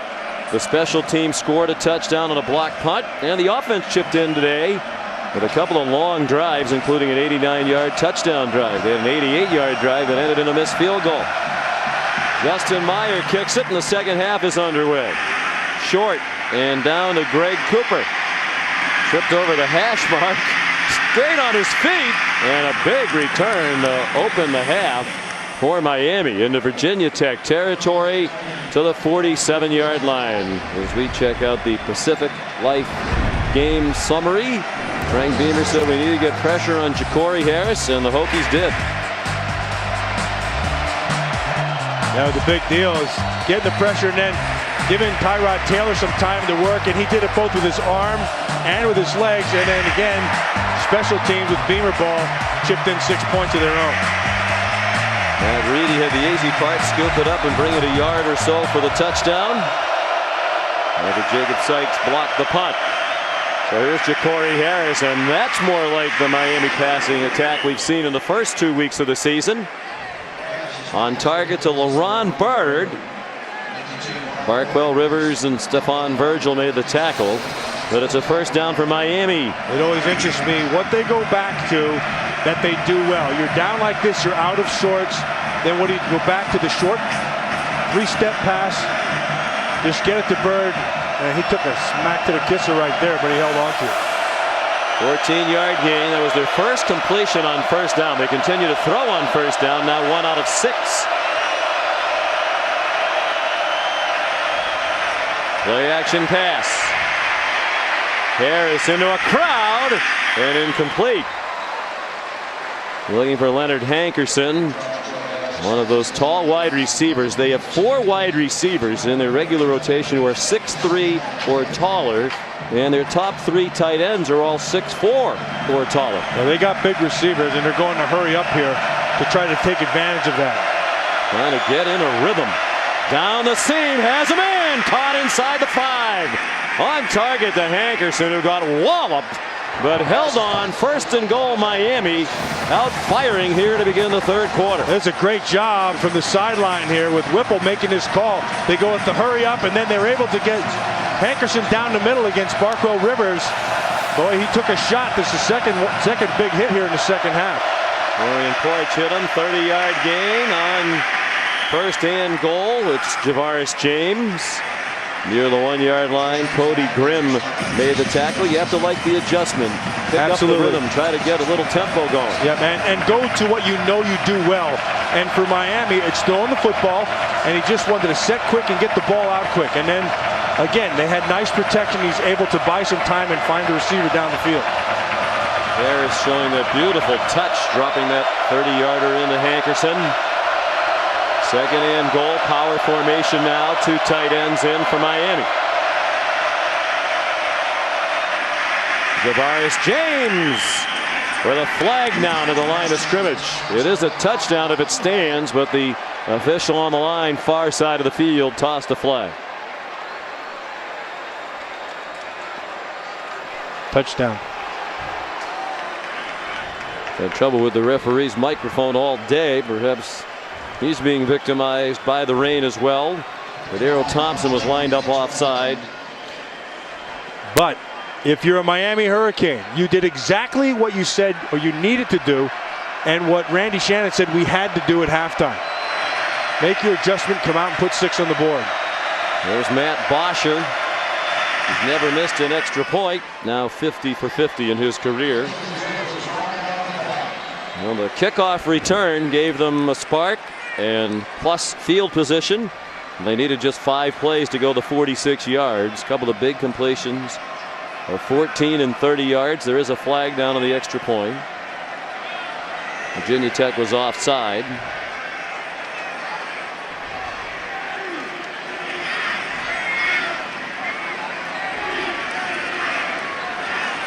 And it is 21-7. And that was the kind of offense we've seen. They were so impressive on offense against both Florida State and Georgia Tech. Yeah, and this is the way they did it, Sean. They just come out in their first down, 3-step drop, boom, ball comes out, right on target. Then you get the matchup you like down the field to those big receivers you talked about, and then just use power football. Now, all those things, the throws, the runs, are all set up by one thing, and that's the offensive line. If you notice, Chakori Harris, he has a new clean jersey. So he's starting fresh. Fresh start for his team as well. Much more crisp than anything we saw in the first half. And in this game, as in any game and at any level of football, confidence looms large. As soon as you start to believe you can get things done, the whole thing changes. Alex Uribe kicks off. His dad, Dr. John Uribe, well-known orthopedic surgeon. What the heck is that? Boy, a lot of confusion on the return. It's the true freshman David Wilson, who after a couple of stops and starts finally took it out to the 21-yard line. Here's Holly Rowe. Miami at the half. Their great safety, Randy Phillips, is out for the game with a right forearm injury. It's a big blow to them. They just had a couple of guys coming back in Telemac and Van Dyke, so they are hurting in the secondary. And then also for Virginia Tech, Davon Morgan is out for the game, backup safety. These guys are dropping today. Thought you said this was the kind of day you can't get hurt when it's a little wet. They and slippery. forgot to say something. Ryan Williams, the lone back. Tyrod Taylor comes out firing. And off target, wasn't on the same page with Xavier Boyce, the redshirt freshman from Virginia Beach. Again, now if you're the Miami defense, this is the big. This is right here. This is a nice time for a transition. They have to hold it because they put the 6 on the board. The offense has some confidence in themselves. They've not done well in the run game at all. Now you have, it's a 2 downs right here, but this is a big series for them. The way they start the second half.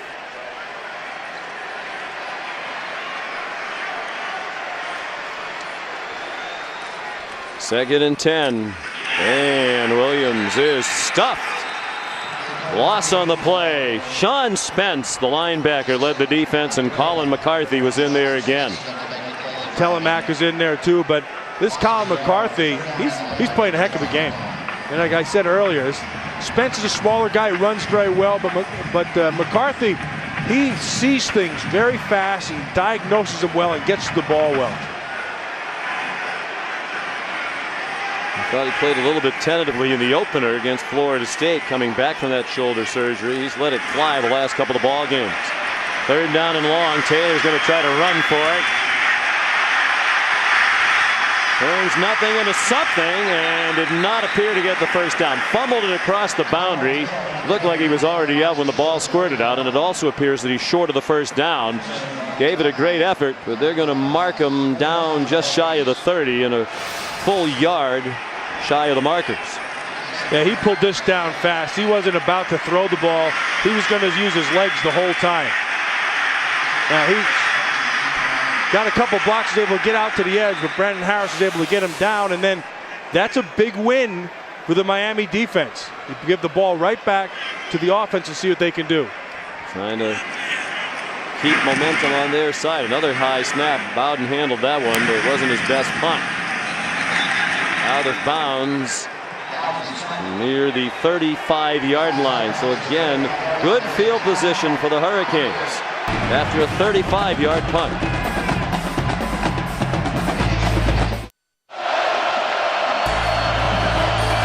Back in Blacksburg, sellout crowd, and the coach's trophy presented by Dr. Pepper's on in. That trophy's conducting a season-long tour, stopping at some key games. Of course, it'll go to the City BCS National Championship game winner on January 7th. Miami with a score to get back within 14 points. On first down here, Ja'Cory Harris runs around for a while and then has his man for a first down. 12-yard gain to the 47 to LaRon Byrd. Plenty of poise shown by the sophomore Ja'Cory Harris. Yeah, and saying, hey, Tyrod Taylor, you can run around and make a play, so can I. And he does just that. And again, like you said, it's the poise, John. At the end of it, eyes down the field, boom, ball comes out and Byrd makes the play. Harris, a proven winner between his high school and college careers as a starting quarterback, 33-1. To the run with good results. Across midfield goes Greg Cooper. Dorian Porch took him down at the Virginia Tech 47. That's a gain of 6. It'll be 2nd and 4 for Miami. Only 4 minutes in for the second half. They have changed the momentum of this game around. Yes, they have. And they've done it on the arm of Ja'Cory Harris. And the thing that impresses me is that Mark Whipple, the offensive coordinator, wasn't afraid at all to throw it right on the kid. Just go ahead and do it. You expect a close game when these two longtime rivals get together, playing for the 18th year in a row. Of course, they were together in the Big East, made the move together in 2004 to the ACC. Diedrich Epps, the reception, and it looks like with the forward progress, he has the first down at the 43. Some remarkable stats, Matt, in this rivalry. Prior to today, Frank Beamer had coached 18 games against Miami. The series 9-9 under Beamer against Miami, and both teams had scored exactly 391 points in those 18 games. You'd say they're pretty even, wouldn't you? The Hokies have won 9 of the last 14 head-to-head. Miami won last year in South Florida. Big hole, first down to the 30. Greg Cooper, part of that tandem with Javaris James. And when they have a combined 25 carries or more, Miami's 7-2 all time. They're working toward that number today. Yeah, both of them are good backs, but this Cooper kid, I think he's special. I think he's another guy who's got good runner's patience.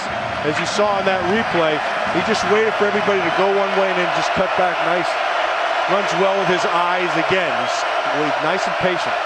He's carried 8 times for 41 yards. James 10 carries, only 21 yards. After a 13-yard gain, that one's dropped. And that would have had them down around the 10. It's Jimmy Graham, former basketball player at Miami, played 4 years, used up his basketball eligibility, and joined the football team this year. Yeah, but Sean, here's the difference right now. I mean, he took his eyes off the ball and he drops it. That shouldn't happen. But Ja'Cory Harris is getting a lot of time. And Whipple is moving him around when he wants to, and he's mixing it up. And now the defensive front that was dominant in the first half is stymied here in the second half. Will that drop be a momentum stopper? On 2nd and 10, it's the run, and it's a loss of 3. Barquell Rivers took down Greg Cooper. Yeah, Barquell Rivers, Sean, we watched him a week ago. And you and I, we talked about him, and I think he's one of those guys who's growing into the position. He's a young player.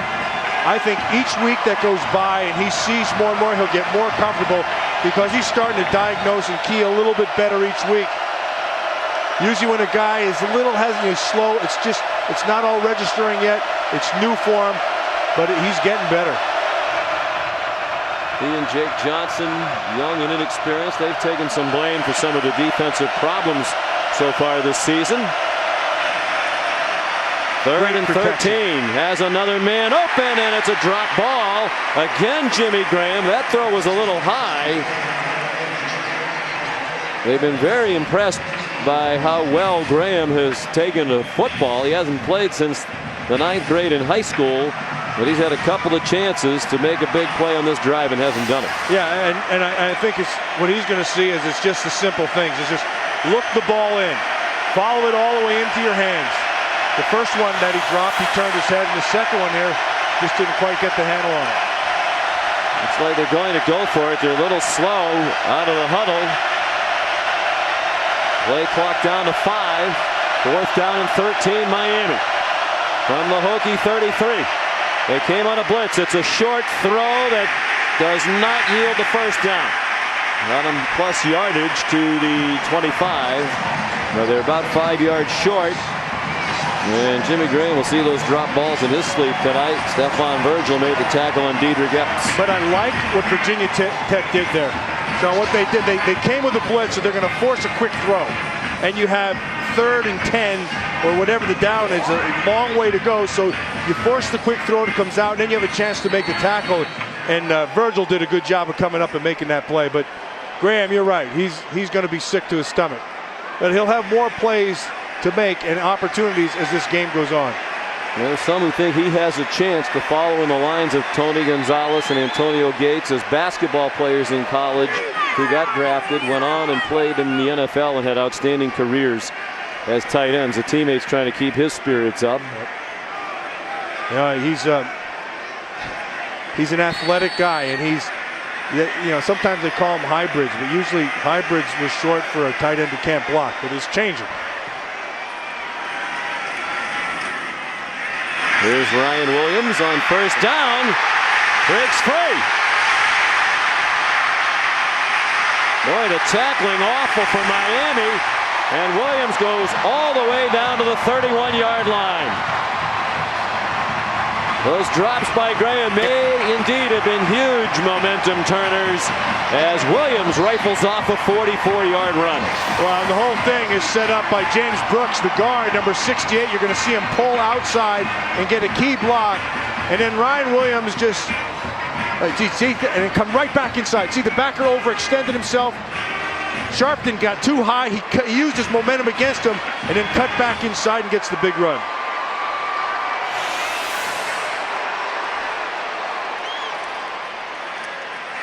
Williams again off the left side for 2. Sean, we've been talking about Ryan Williams and his strength and running with his eyes and all those things, but he's one of those guys who gets stronger as the game goes on. He's over 100 yards again. You can see 24 for 119, but his best days are all ahead of him, and he is not even close to what he's going to be. He just has some natural run skills. Went for 164 in their rout of Marshall, 107 last week against Nebraska, and over 100 again today. Trying to turn the corner to the right. A lot of these Miami tacklers coming in very high. And they did manage to wrestle Williams down at the 26. That'll be 3rd down and 5. You know, if there's one observation I've had, and this is for all of football, and I watch high school, college, and professional football, but tackling has been awful. And generally, in the last few years, in the early parts of the season, it's been that way, and it's getting better as the season goes on. But teams don't practice it, and they think that if you just get hit, that you're tackled, but that's not the way it works. Virginia Tech went back to some good old-fashioned tackling drills this week after the problems they had. Taylor runs and has the first down. Saw Colin McCarthy go off the field. He lost a shoe. He's had a great game on defense. No, he would have been a part of the defense on 3rd down. But he wasn't available, and Taylor ran for the first down. Yeah, and Taylor pulled it down. He saw the coverage. Where he wanted to go wasn't there. And then, you know, Ja'Cory Harris can make some plays with his feet, and so can Tyrod Taylor. And Tyrod Taylor's done it week after week. And he's a physical guy. He's not afraid to go, you know, he's not afraid to go in there and take a hit. His fourth first down rushing for Tyrod Taylor today. Ryan Williams to the 18-yard line, a gain of 2. Brandon Harris made the tackle.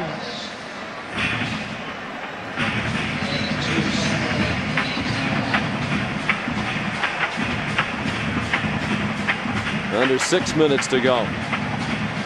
Virginia Tech led 21-0 at the half. Miami a quick score to begin the second half. They were driving again. 2 drop passes ended their drive. And a big run by Williams. As Randy Shannon and the Canes back on their heels again. They're in field goal range at the very least, the Hokies. Over the middle, the big tight end, Greg Boone. First down, first and goal. At the 8-yard line, Colin McCarthy made the tackle. I think Greg Boone is one of those guys that's just completely underused. He's a big man. He's 280 pounds. Does a pretty good job in the running game. But usually when you have linebackers who are just kind of learning how to play back there, the tight end eats them up. And Greg Boone's a big target, and he's made some timely catches. I'd go to him more. He was a quarterback in high school, and he wasn't much under the 283 pounds he weighs now back then. Ryan Williams puts his head down and gets a yard to the 7. They've used Boone in that wildcat kind of look, the wild turkey as they call it here in Virginia Tech. I don't know if I want to see him running the ball out of a wildcat formation. That's a big man coming at you. I think Frank Beamer, when you take a step back and look at what Frank Beamer has done with this Virginia Tech program on the whole, I mean, it's phenomenal. Over the last 29 years, to take it from where it was to where it is, done a phenomenal job. Williams down to the 5. Even a field goal here puts it back to a 3-score game with under 4.5 minutes to go in the third quarter. The beginning of his tenure was difficult. It took about 7 years before Frank really got it going here. After the 5th and 6th year, some speculation he might not be back. He had to let go a bunch of assistants. That was difficult for him. He's fiercely loyal. And they turned the corner and then some. They've become one of the best programs in the country. 3rd and goal.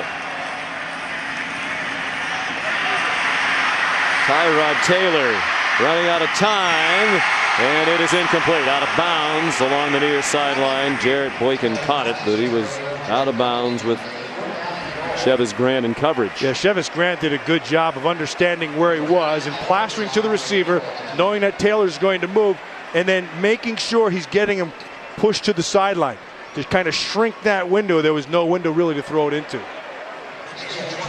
This is almost an extra point here, 22-yard field goal, but Waldron's already missed a short one from 25 yards from an angle. And with the rain falling, it's a little less of a sure thing. No problem, right down the middle. And with 3:49 to go in the third quarter, Virginia Tech now leads Miami 24-7 here in Blacksburg, Virginia.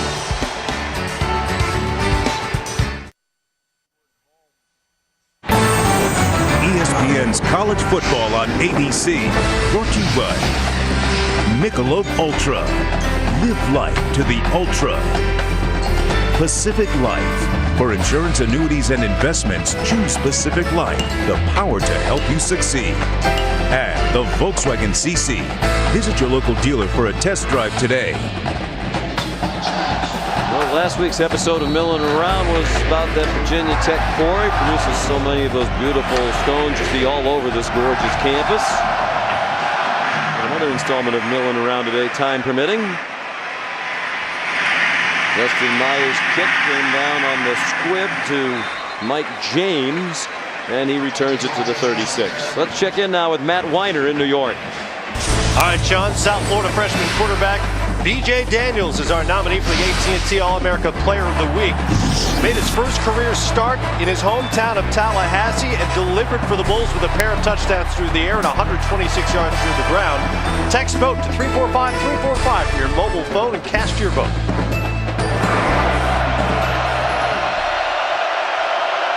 Great win for the Big East Conference today. South Florida over Florida State. Miami on first down. Averaged a half yard per first down play in the first half. Better here in the third quarter. And there's another quality gain as Javaris James goes for 9 to take you to the 45. Yeah, and what the other thing what you're not seeing on the graphic is confidence. Because their confidence is they're averaging 10 yards a carry in confidence. They right now, they look like the Miami we saw the first 2 weeks of the season. Wins over Florida State and Georgia Tech took Miami from unranked to number 9 in the country.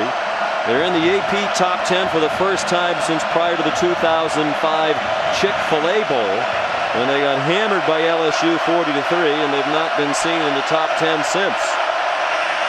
Could be a very short return to the top 10 unless they can mount a big comeback here in the second half. First down on the carry for Javaris James. Cordero Thompson made the tackle, but James got it out to the 46. And the rain, which has been steady throughout, is increasing in its intensity here in the second half. I got to tell you, the field is holding up pretty darn well. And the pump that Holly talked about, pumping all those gallons of water out, is working. And this field is a tray field. And it's holding up really, really well. And Ja'Cory Harris wants timeout. That could be costly later on. 2:27 remaining third quarter. It's an ACC battle between Virginia Tech and Miami. More great football tonight, 8 Eastern on ABC. Joe Paterno with the 5th-ranked Penn State Nittany Lions host Iowa. Of course, a winner against Penn State in Iowa City in a big game, dramatic ending that dashed the Nittany Lions title hopes. Revenge perhaps on their minds tonight, although Joe Pa says no. Saturday Night Football on ABC, presented by Southwest Airlines. First and 10, Ja'Cory Harris scampers out near the line of scrimmage. Jason Worlds in hot pursuit. Hasn't been a kind start to the year for top 5 teams, and every week of this season to date, a team ranked in the top 5 in the country has lost. It already happened this week with Ole Miss going down at South Carolina. It's the first time that a top 5 team has lost in each of the first 4 weeks of the season since 1990. And so on that game tonight, that could be a big game for Iowa. They match up very, very well with Penn State and always play them tough. No gain for Harris. Second and 10. He's in trouble. And he is stripped of the ball. At the 43, there's a pileup. And the Canes got it back. It looked like it was Jason Worlds off the backside with the pressure, but he had time down the field, started to scramble, and then the ball got stripped from the backside. Yeah, there's Worlds right there. And a good pass rusher will always do that. He will always come and slap at that ball and knock that sucker away. Well done by Worlds.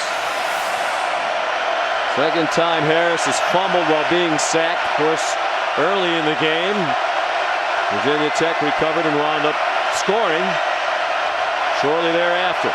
Third and 13. Put a tackle over here. Harris with a nice pocket, and it's almost intercepted.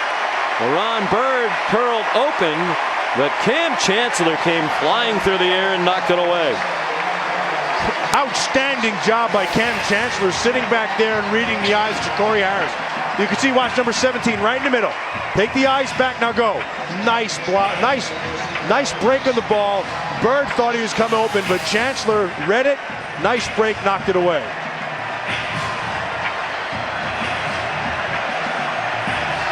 Ron Hosley back for the punt from Matt Bosher.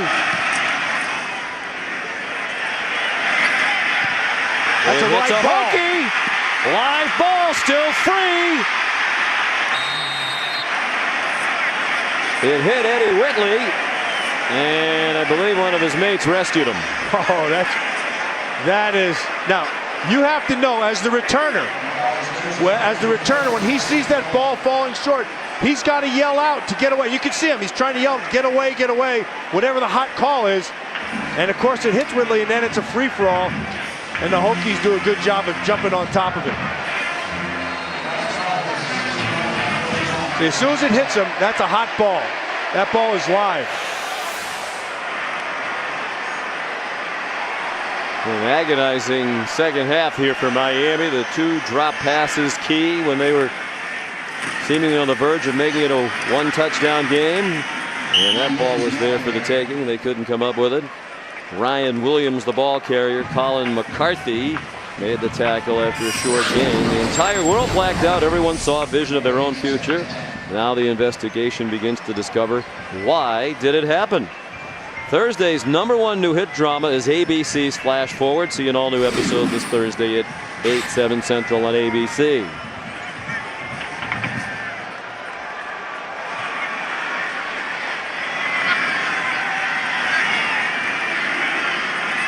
This could be the last play of the third quarter. Virginia Tech taking a 17-point lead. Tyrell Roberts. It's rocked out of bounds near the line of scrimmage, and it was Colin McCarthy again. He's had a huge game for Miami. Very, very well. And Holly told us in the break that he's nursing a bum ankle, but you don't fool him. He sees things and he gets there fast. We're told that Lindell Gibson was credited with recovering the ball after the problem on the punt for Virginia Tech. A big play by Gibson. Virginia Tech leads 24-7 as we go to the fourth quarter in rainy Blacksburg.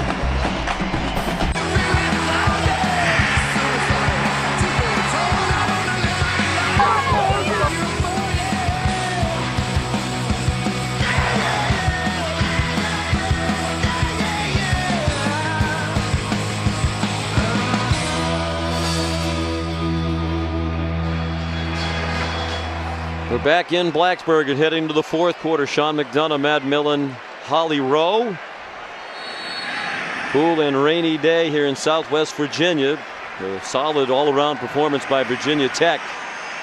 Held Miami to 148 yards of offense through 3 quarters. This is 3rd down and 10, and Tyrod Taylor throws it away. They want a grounding call on the Miami sideline.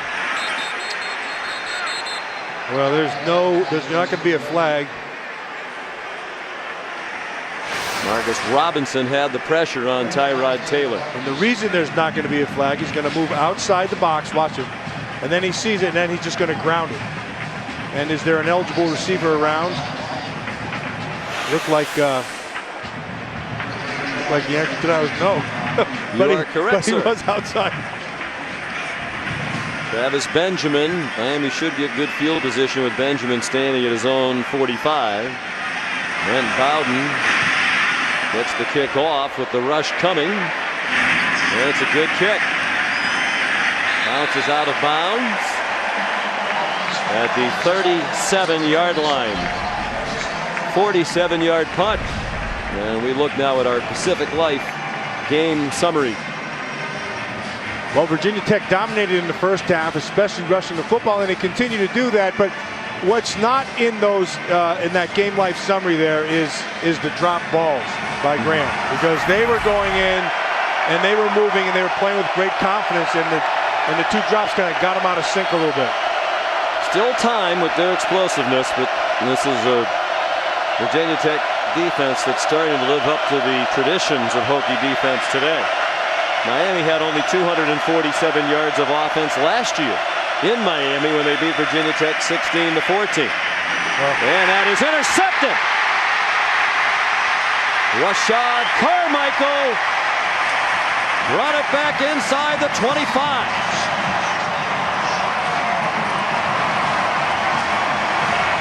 Carmichael, they just rolled the zone. He was sitting in the back. He read it the whole time. Carmichael read it, but Ja'Cory Harris never did. You're going to watch him right down here. He's going to start kicking his own back. And then they try to do a little double move, but he never even fit. It was nothing. And Carmichael read it perfectly, saw it the whole time and makes the big play. He tried that little nod and then out and up, and Carmichael's eyes were back in the backfield, read it perfectly, and just continued to get depth exactly how you have to play it. Second interception of the season for Carmichael. Now they go to some trickery. Darrell Roberts took the handoff, and he got belted out of bounds. But the crowd loves the creative play calling and the going for the jugular on the part of the offensive staff. Yeah, and a good job by the receivers. You see Jefferson right there on the corner.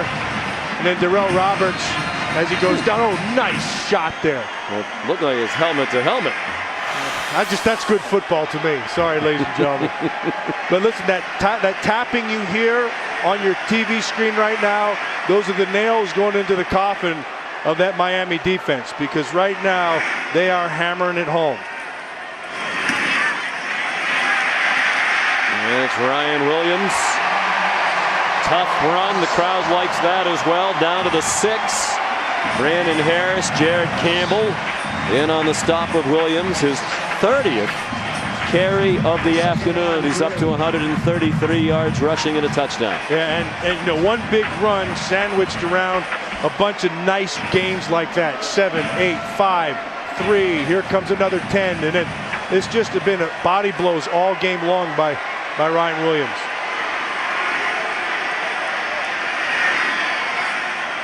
Second and 3. Williams again. I mentioned when we spoke with Brian Steinspring, the offensive coordinator, yesterday, he took some of the blame for their less than impressive offensive showing last week. And he said one of his criticisms of himself was he didn't stick with the inside running game long enough, wasn't patient enough. He's been patient today, and he's reaped the rewards. He has been patient. I think, you know, to be fair to Brian, he's still learning as freshman too. I mean, they're just getting a feel for where he is, and like I said earlier, this is one of those guys you got to be patient with, because he's a patient guy. 3rd and 1. Virginia Tech came to the line quickly. Tyrod Taylor gets the first down, and to the delight of these Hokie fans, the clock will keep ticking as well after they move the chains. Tyrod's coming off. He's motioning for something. Whether something got in his eyes or something.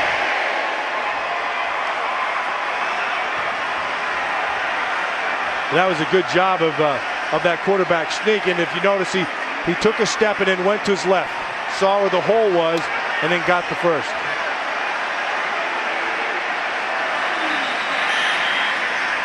Well, they're going to use the timeout now.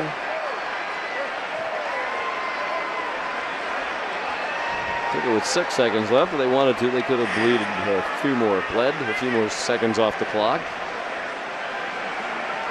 You know, I go back to, as you and I talked about in commercial break, you go back to those drops by Graham, and that just was a punch in the stomach to this Miami team. It was 21-7. They had scored a touchdown to make it a 14-point game, and they were marching briskly again into the Virginia Tech territory. And a couple of the pass plays, that was the easier of the 2 catches. That one a little high, but still quite catchable. And they love Graham's talent. They think he might have a chance, despite playing only what will be 1 year of college football, to play in the NFL. 4-year player in the basketball program, 104 career block shots. And he's been down ever since, but like a lot of young men in this program, and like Randy Shannon himself, he's been through a lot worse. You know, Randy Shannon, the story's been well told, has overcome adversity since the time he was 3 years old. His dad was murdered. He lost 3 siblings to AIDS. Twin brothers, older brothers who were addicted to crack. Randy himself fathered a child at 16. And he can relate to a lot of the issues that players today have to deal with. And Jimmy Graham was basically abandoned by his parents as a young boy, lived in a foster home, adopted by a woman from his church when he was 15 years old. So a couple of drop passes aren't the worst thing that's happened to Jimmy Graham. Yeah, and you'll never be able to be really successful until you experience no success. And then I also learned to appreciate it a lot better too. But he's going to bounce back. This is a good kid. It's a good kid who's just on the upswing. And with talent and with the size, 6'8", 260 pounds. And the athleticism, he can run a 4.5 40. First and goal. The Hokies trying to put it away.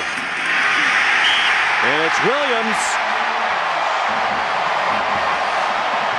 Touchdown, Virginia Tech.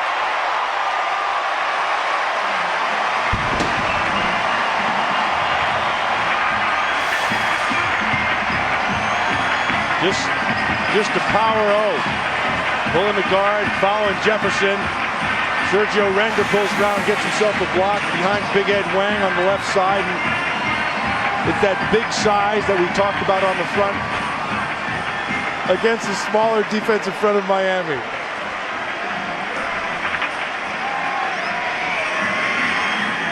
And Matt Waldman kicks the extra point.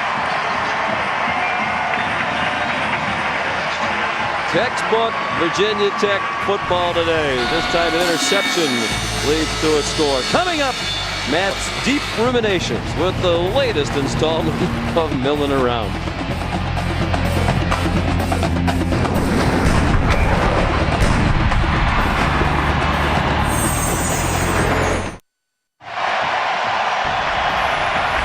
Well, whether you're living in the Dallas area, if it's just your heart that never left the great city of Dallas, log on to ESPNDallas.com. Local coverage of the Cowboys and Texas Longhorns, among many other topics covered there. It's all on ESPNDallas.com, serving the sports fans of the Dallas-Fort Worth area.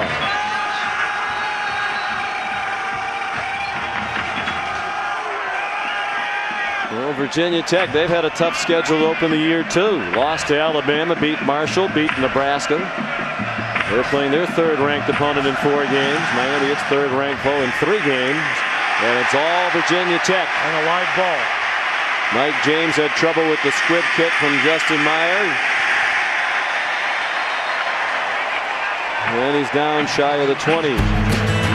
Well, it is the TV craze that has taken the nation by storm. It's milling around. And just in case people wonder, you really do around your state drive the tractors and wear the overalls. Oh yeah, that's just the way it is. But and what I do though, a lot of times you just get to thinking about a lot of different things, and you come down here to Virginia Tech, and there's a lot to think about. The least of which is I saw all these cadets all over the place, and I got to thinking about them. Well, the Corps of Cadets, a long-standing tradition at Virginia Tech, dating back to the founding of the school in 1872. Greg Cooper carries to the 31, 12 yards, and a first down. What else did you discover about the Virginia Tech Corps of Cadets? Well, the first question I had was, who are they? Are this just another ROTC class? But they're not. It's a Corps of Cadets that is here 24/7. They're in uniform 24/7, and it goes back to 1872 when the school first opened. 80% of the Corps of Cadets earn a commission in the armed forces. It's impressive. Greg Cooper dancing across the 35, and then he got swarmed under by Cam Chancellor and Rashad Carmichael. Sean, over 100 of their alumni have achieved the rank of general or admiral, and 7 of their alumni have earned the Medal of Honor. And no other military school other than West Point has had as many as Virginia Polytechnical Institute has. Now, they're not the 230 Infantry Wild Boars of the 10th Mountain Division, but they're close. With a young Millen in that group to which you're referring. Yeah, and he ain't milling around, I'll tell you that. He's not.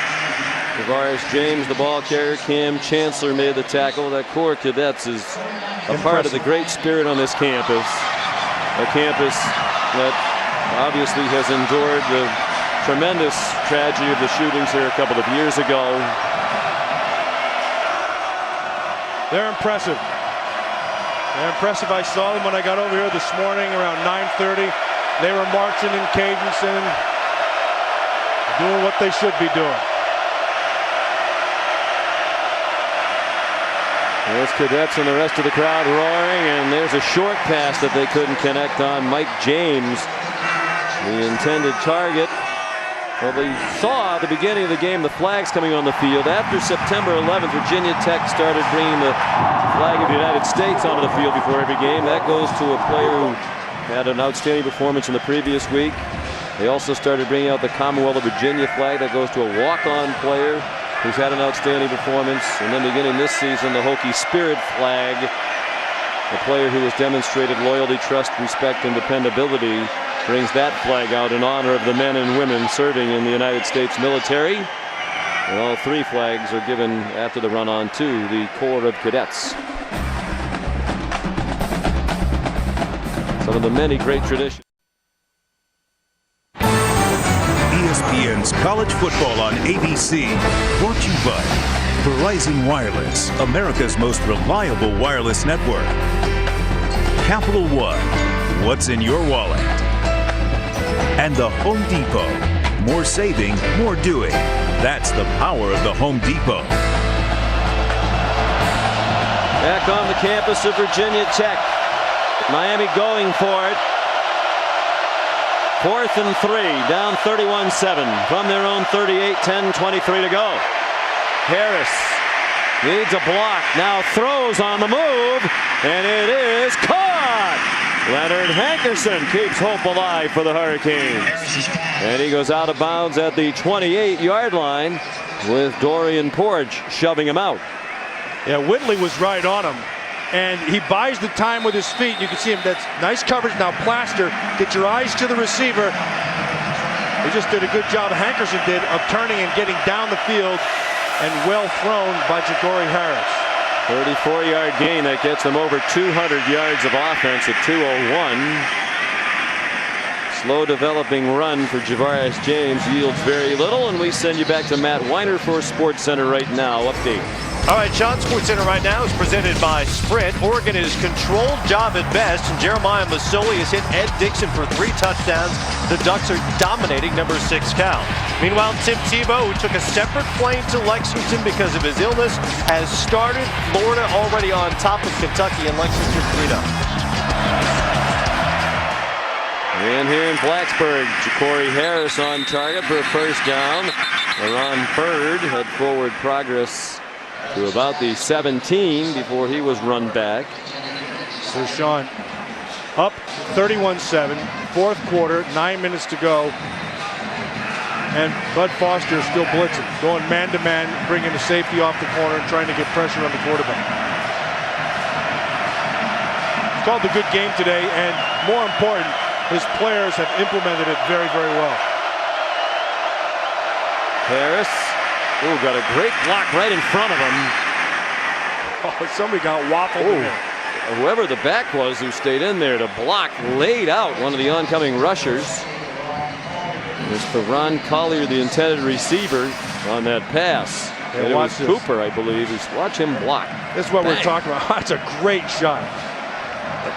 Greg Cooper, he's just an all-around good player. In every aspect of the game, you watch him blocking, catching the ball, running the ball. I like that kid. 2nd and 10. 9 minutes to go.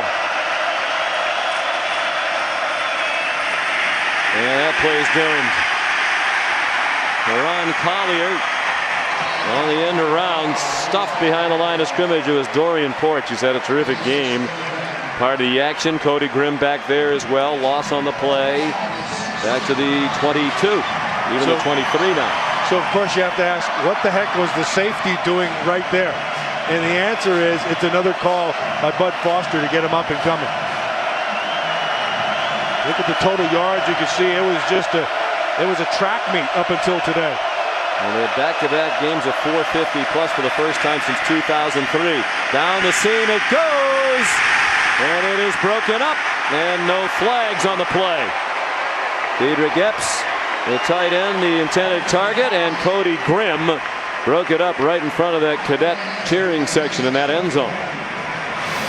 And we talked about Cody Grimm before, and just a good instinctive football player. Did everything right there. See, just kept his eyes right on the defender, but Foster's reacted to the whole thing. But once the ball got to his hands, then he knocked it right out. It's well done by Cody Grimm. 4th down, again they'll go for it. 4th and 17 at the Virginia Tech 23. Harris running out of time to throw it. Throws it up for grabs, and it's batted down, incomplete. Cody Grimm there again. Eddie Whitley had coverage. And Virginia Tech holds and takes over on downs.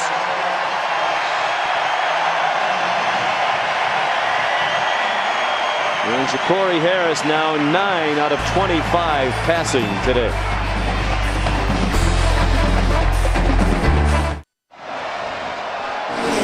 Tomorrow afternoon, 1 Eastern on ABC. The chase for the NASCAR Sprint Cup continues in Dover, Delaware. Mark Martin, the overall points leader, increased that lead with last week's win in New Hampshire. Jimmy Johnson and Denny Hamlin among those on his heels. It's the NASCAR Sprint Cup at Dover, presented by Burger King. Tomorrow at 1 Eastern on ABC. Johnson and Hamlin both 35 points behind Mark Martin. Here's Ryan Williams. Well, Miami came here 2-0, and both of them were conference wins to give them a leg up in the Coastal. It's a big day for the ACC. South Florida dealt Florida State a heartbreaking loss after the Seminoles got that big win at BYU last week. BC wins in overtime. Maryland is off to a dreadful start this year. And with North Carolina's loss, Miami is the only team in the ACC without one loss for the season, and they're going to not have any undefeated teams left after today. Yeah, another 7.5 minutes. There won't be any. They had 4 teams in the top 25 entering today, led by Miami with Virginia Tech, Florida State, and North Carolina. Sean, you know what's interesting? They came into this game, they had a bad start. And then it really took them a half to regroup. Offense. 5-yard penalty. Still second down. And then when they finally did regroup and go back to what they were good at, and that's, 3-step ball, come out and getting rid of the ball fast. Ja'Cory Harris had a little bit of rhythm, and then, I don't want to beat a dead horse here, but then, the couple of drops, it just took everything away from them. And they were down by 2 touchdowns and looked like they were driving to get within 1 when the drive fizzled. And we mentioned with their big wins against 2 ranked teams, Florida State and Georgia Tech, to start the year, a lot of people were asking the question, is Miami back? They may be on the road back. They're certainly better, it seems, than they were the last couple of years. And they bounced around the 500 mark. One thing they're going to have to do there, they're going to have to get, they're not real big in their down 4 people. And that takes a toll when you get a guy like Ryan Williams in this offensive line who can just get after him and keep pounding the football. So he's got like around 140 yards today, and that kind of defense needs points at their back. Ryan Williams now 34 carries, 150 yards rushing. And we talked to Frank Beamer about that. He said he doesn't think Miami ever really went away. He said the difference is the trigger man. Right. In recent years when they've struggled, really ever since Ken Dorsey was their quarterback, and there's another 3rd down conversion. There is a flag down, however, as Williams carried for the first down yardage if it stands. Another tackle for Colin McCarthy. Holding. Number 18 of the offense. 10 yards to the previous spot. 3rd down. He must have been 19 cold. They do have an 18, Sam Wheeler. Frank Beamer was making the point, and I think a lot of people in Miami would agree, and maybe the rest of the talent wasn't as good as it had been back in the old days, but with Brock Berlin, Kirby Freeman, Kyle Wright, Robert Marv a lot of last year, the quarterback play wasn't up to the Miami standard. With Ja'Cory Harris, at least in the first 2 games of this year, it has been at the kind of level that will allow you to compete for a conference championship. And we talked to those Miami players, Matt, during the week, and a couple of them, Randy Phillips in particular, said the road to the ACC title goes through Virginia Tech. It used to be whenever you were in the conference with Miami, the road to the league title went through the Canes. Yeah, exactly. But this Cane team's a good team, and they've got some good people on both sides of the ball. But to echo exactly what you said, that quarterback's got some poise. He's an accurate guy. They protected him better here in the second half, but they'll win a lot of games with him. Brent Bowden to punt. Frank Beamer thinks they've had the talent level similar to Miami teams of years gone by, just haven't had the quarterback. But Miami did have their streak of 14 years in a row with a first-round pick in the NFL draft ended this past April. Great coverage By Cody Grimm. Still out there, starting linebacker, covering punts with a 24-point lead and under 5 minutes to go.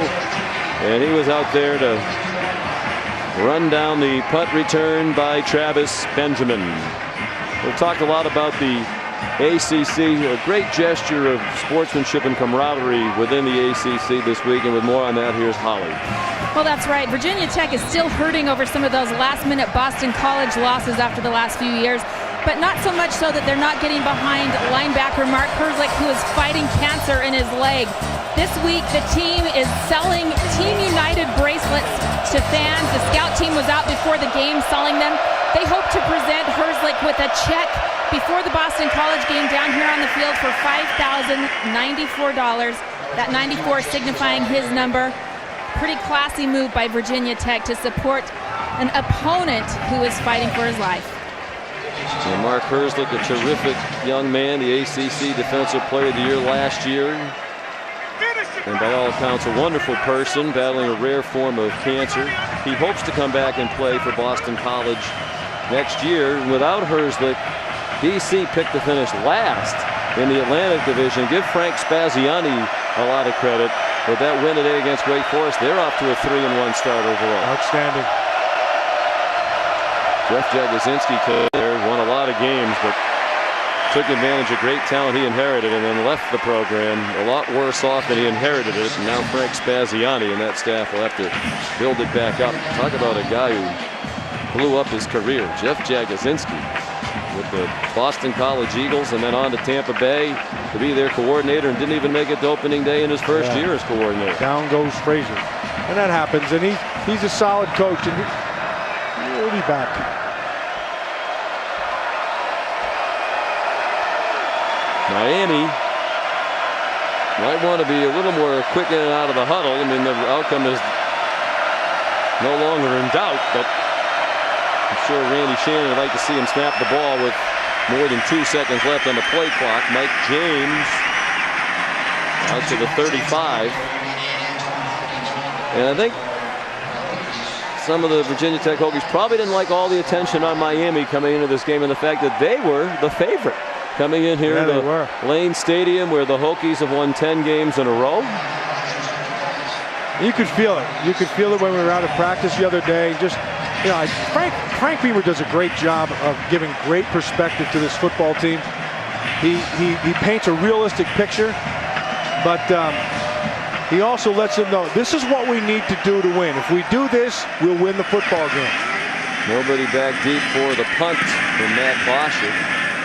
And Randy Shannon thought his team coming into this game was dealing with the hype generated by that 2-0 start very well.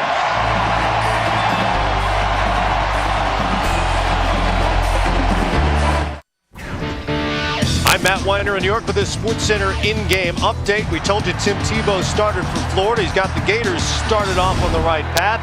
47th rushing touchdown of his career puts him 2 back of Herschel Walker's SEC record. The Gators have now blocked a punt for a touchdown pending the kick.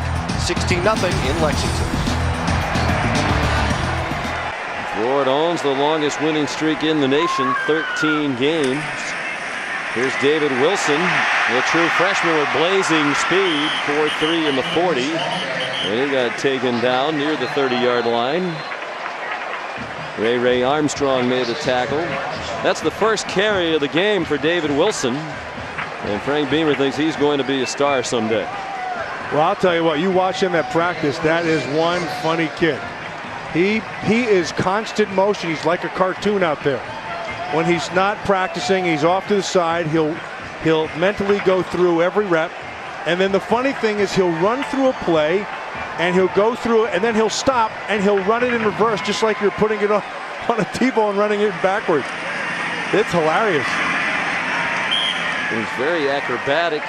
Watching gymnastics on TV as a very young boy, about age 4, he taught himself how to do backflips, and he put on a show at Media Day. And this is right before he got dizzy. Look at that. This kid is a funny kid. He's a funny kid. He's a great kid. Is in a coat and tie, a shirt and tie all the time. Did it all through high school. Does it here, but tremendous upside. Just waiting for him to get the chance. How when you went to practice, he was running around in a very tight circle to try to loosen up his ankles. Oh, I think he was just trying to loosen up his mind. He didn't know where he was going. Very likable young man. He wears a shirt and tie every day to class. He did that his senior year in high school. Said he wanted to be a positive influence, make a positive impression. Said people respect you more when you dress well. Well, Sean, what impressed me more than him wearing them was he irons them all. Yes. Now that's a good man. I thought I was the only good iron man out there. Let me rephrase that. Man who irons. Well, this crowd has responded. They came out in full force as always, even on a miserable day. And it's a big win for Virginia Tech. They'll go to 3-1 overall, 1-0 in the ACC, and they'll hand Miami their first loss, 2-1 overall and in conference. And Miami with the 4th straight ranked opponent next week at Landshark Stadium. They will host Oklahoma in a game you'll see on ABC. First team since Notre Dame in 2000 opened with 4 straight games against teams in the AP Top 25.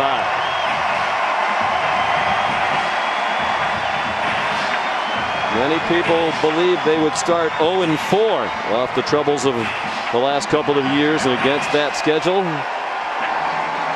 Even though today's a disappointment against the expectation level coming in, 2-1 against this schedule with a chance to go beat Oklahoma next week. They wanted 4-0. They wanted to be green, understandably so, but they still have a chance to have a great year. Yeah, and this is a young team. It's a well-coached team, and it's just finding out just exactly where it is. This game will make them better. Mike James. That defense answered the call. Bud Foster challenged them to live up to the traditions of Hokie defense, and they deliver today.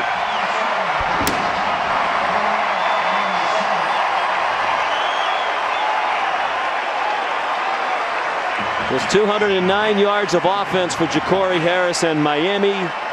And Virginia Tech victorious today, 31-7.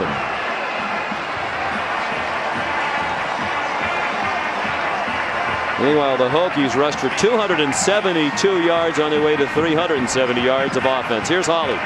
Coach, early in this ball game, your defense forced that early turnover. How did that change the complexion of this game? Well, it got us off. It's getting back tight, and our defense did a great job. Our offense did a great job. We really played well, and we beat a really good football team. I tell you, Miami's really good, and this is a special win. Your ability to run the football seemed to be a big difference. How were you able to do it? Say it again. Your ability to run the football. Yeah, well, we knew. Against this crowd, you got to occupy time. You don't want that quarterback on the field, and we just. I think we ran that ball good, and we needed to run that ball good. But Foster had questioned the makeup of this defense this week. How do you think they responded? I think we responded pretty well. I think we responded great as a football team. We win as a football team, and I thought we did great tonight. Thank you, Coach. Thank you. It was indeed Beamer ball today. 2 touchdowns were set up by the defense with takeaways, and the special team scored on a block punt. And the offense did more than its fair share today. Final score, Virginia Tech 31, Miami 7. For a complete wrap-up of this game, we'll be on ESPN News in just a couple of minutes. Now for Matt Millen, Holly Rowe, and our entire crew, Sean McDonough saying so long from rainy Blacksburg, Virginia. And now let's send you back to the studio where it's surely much drier.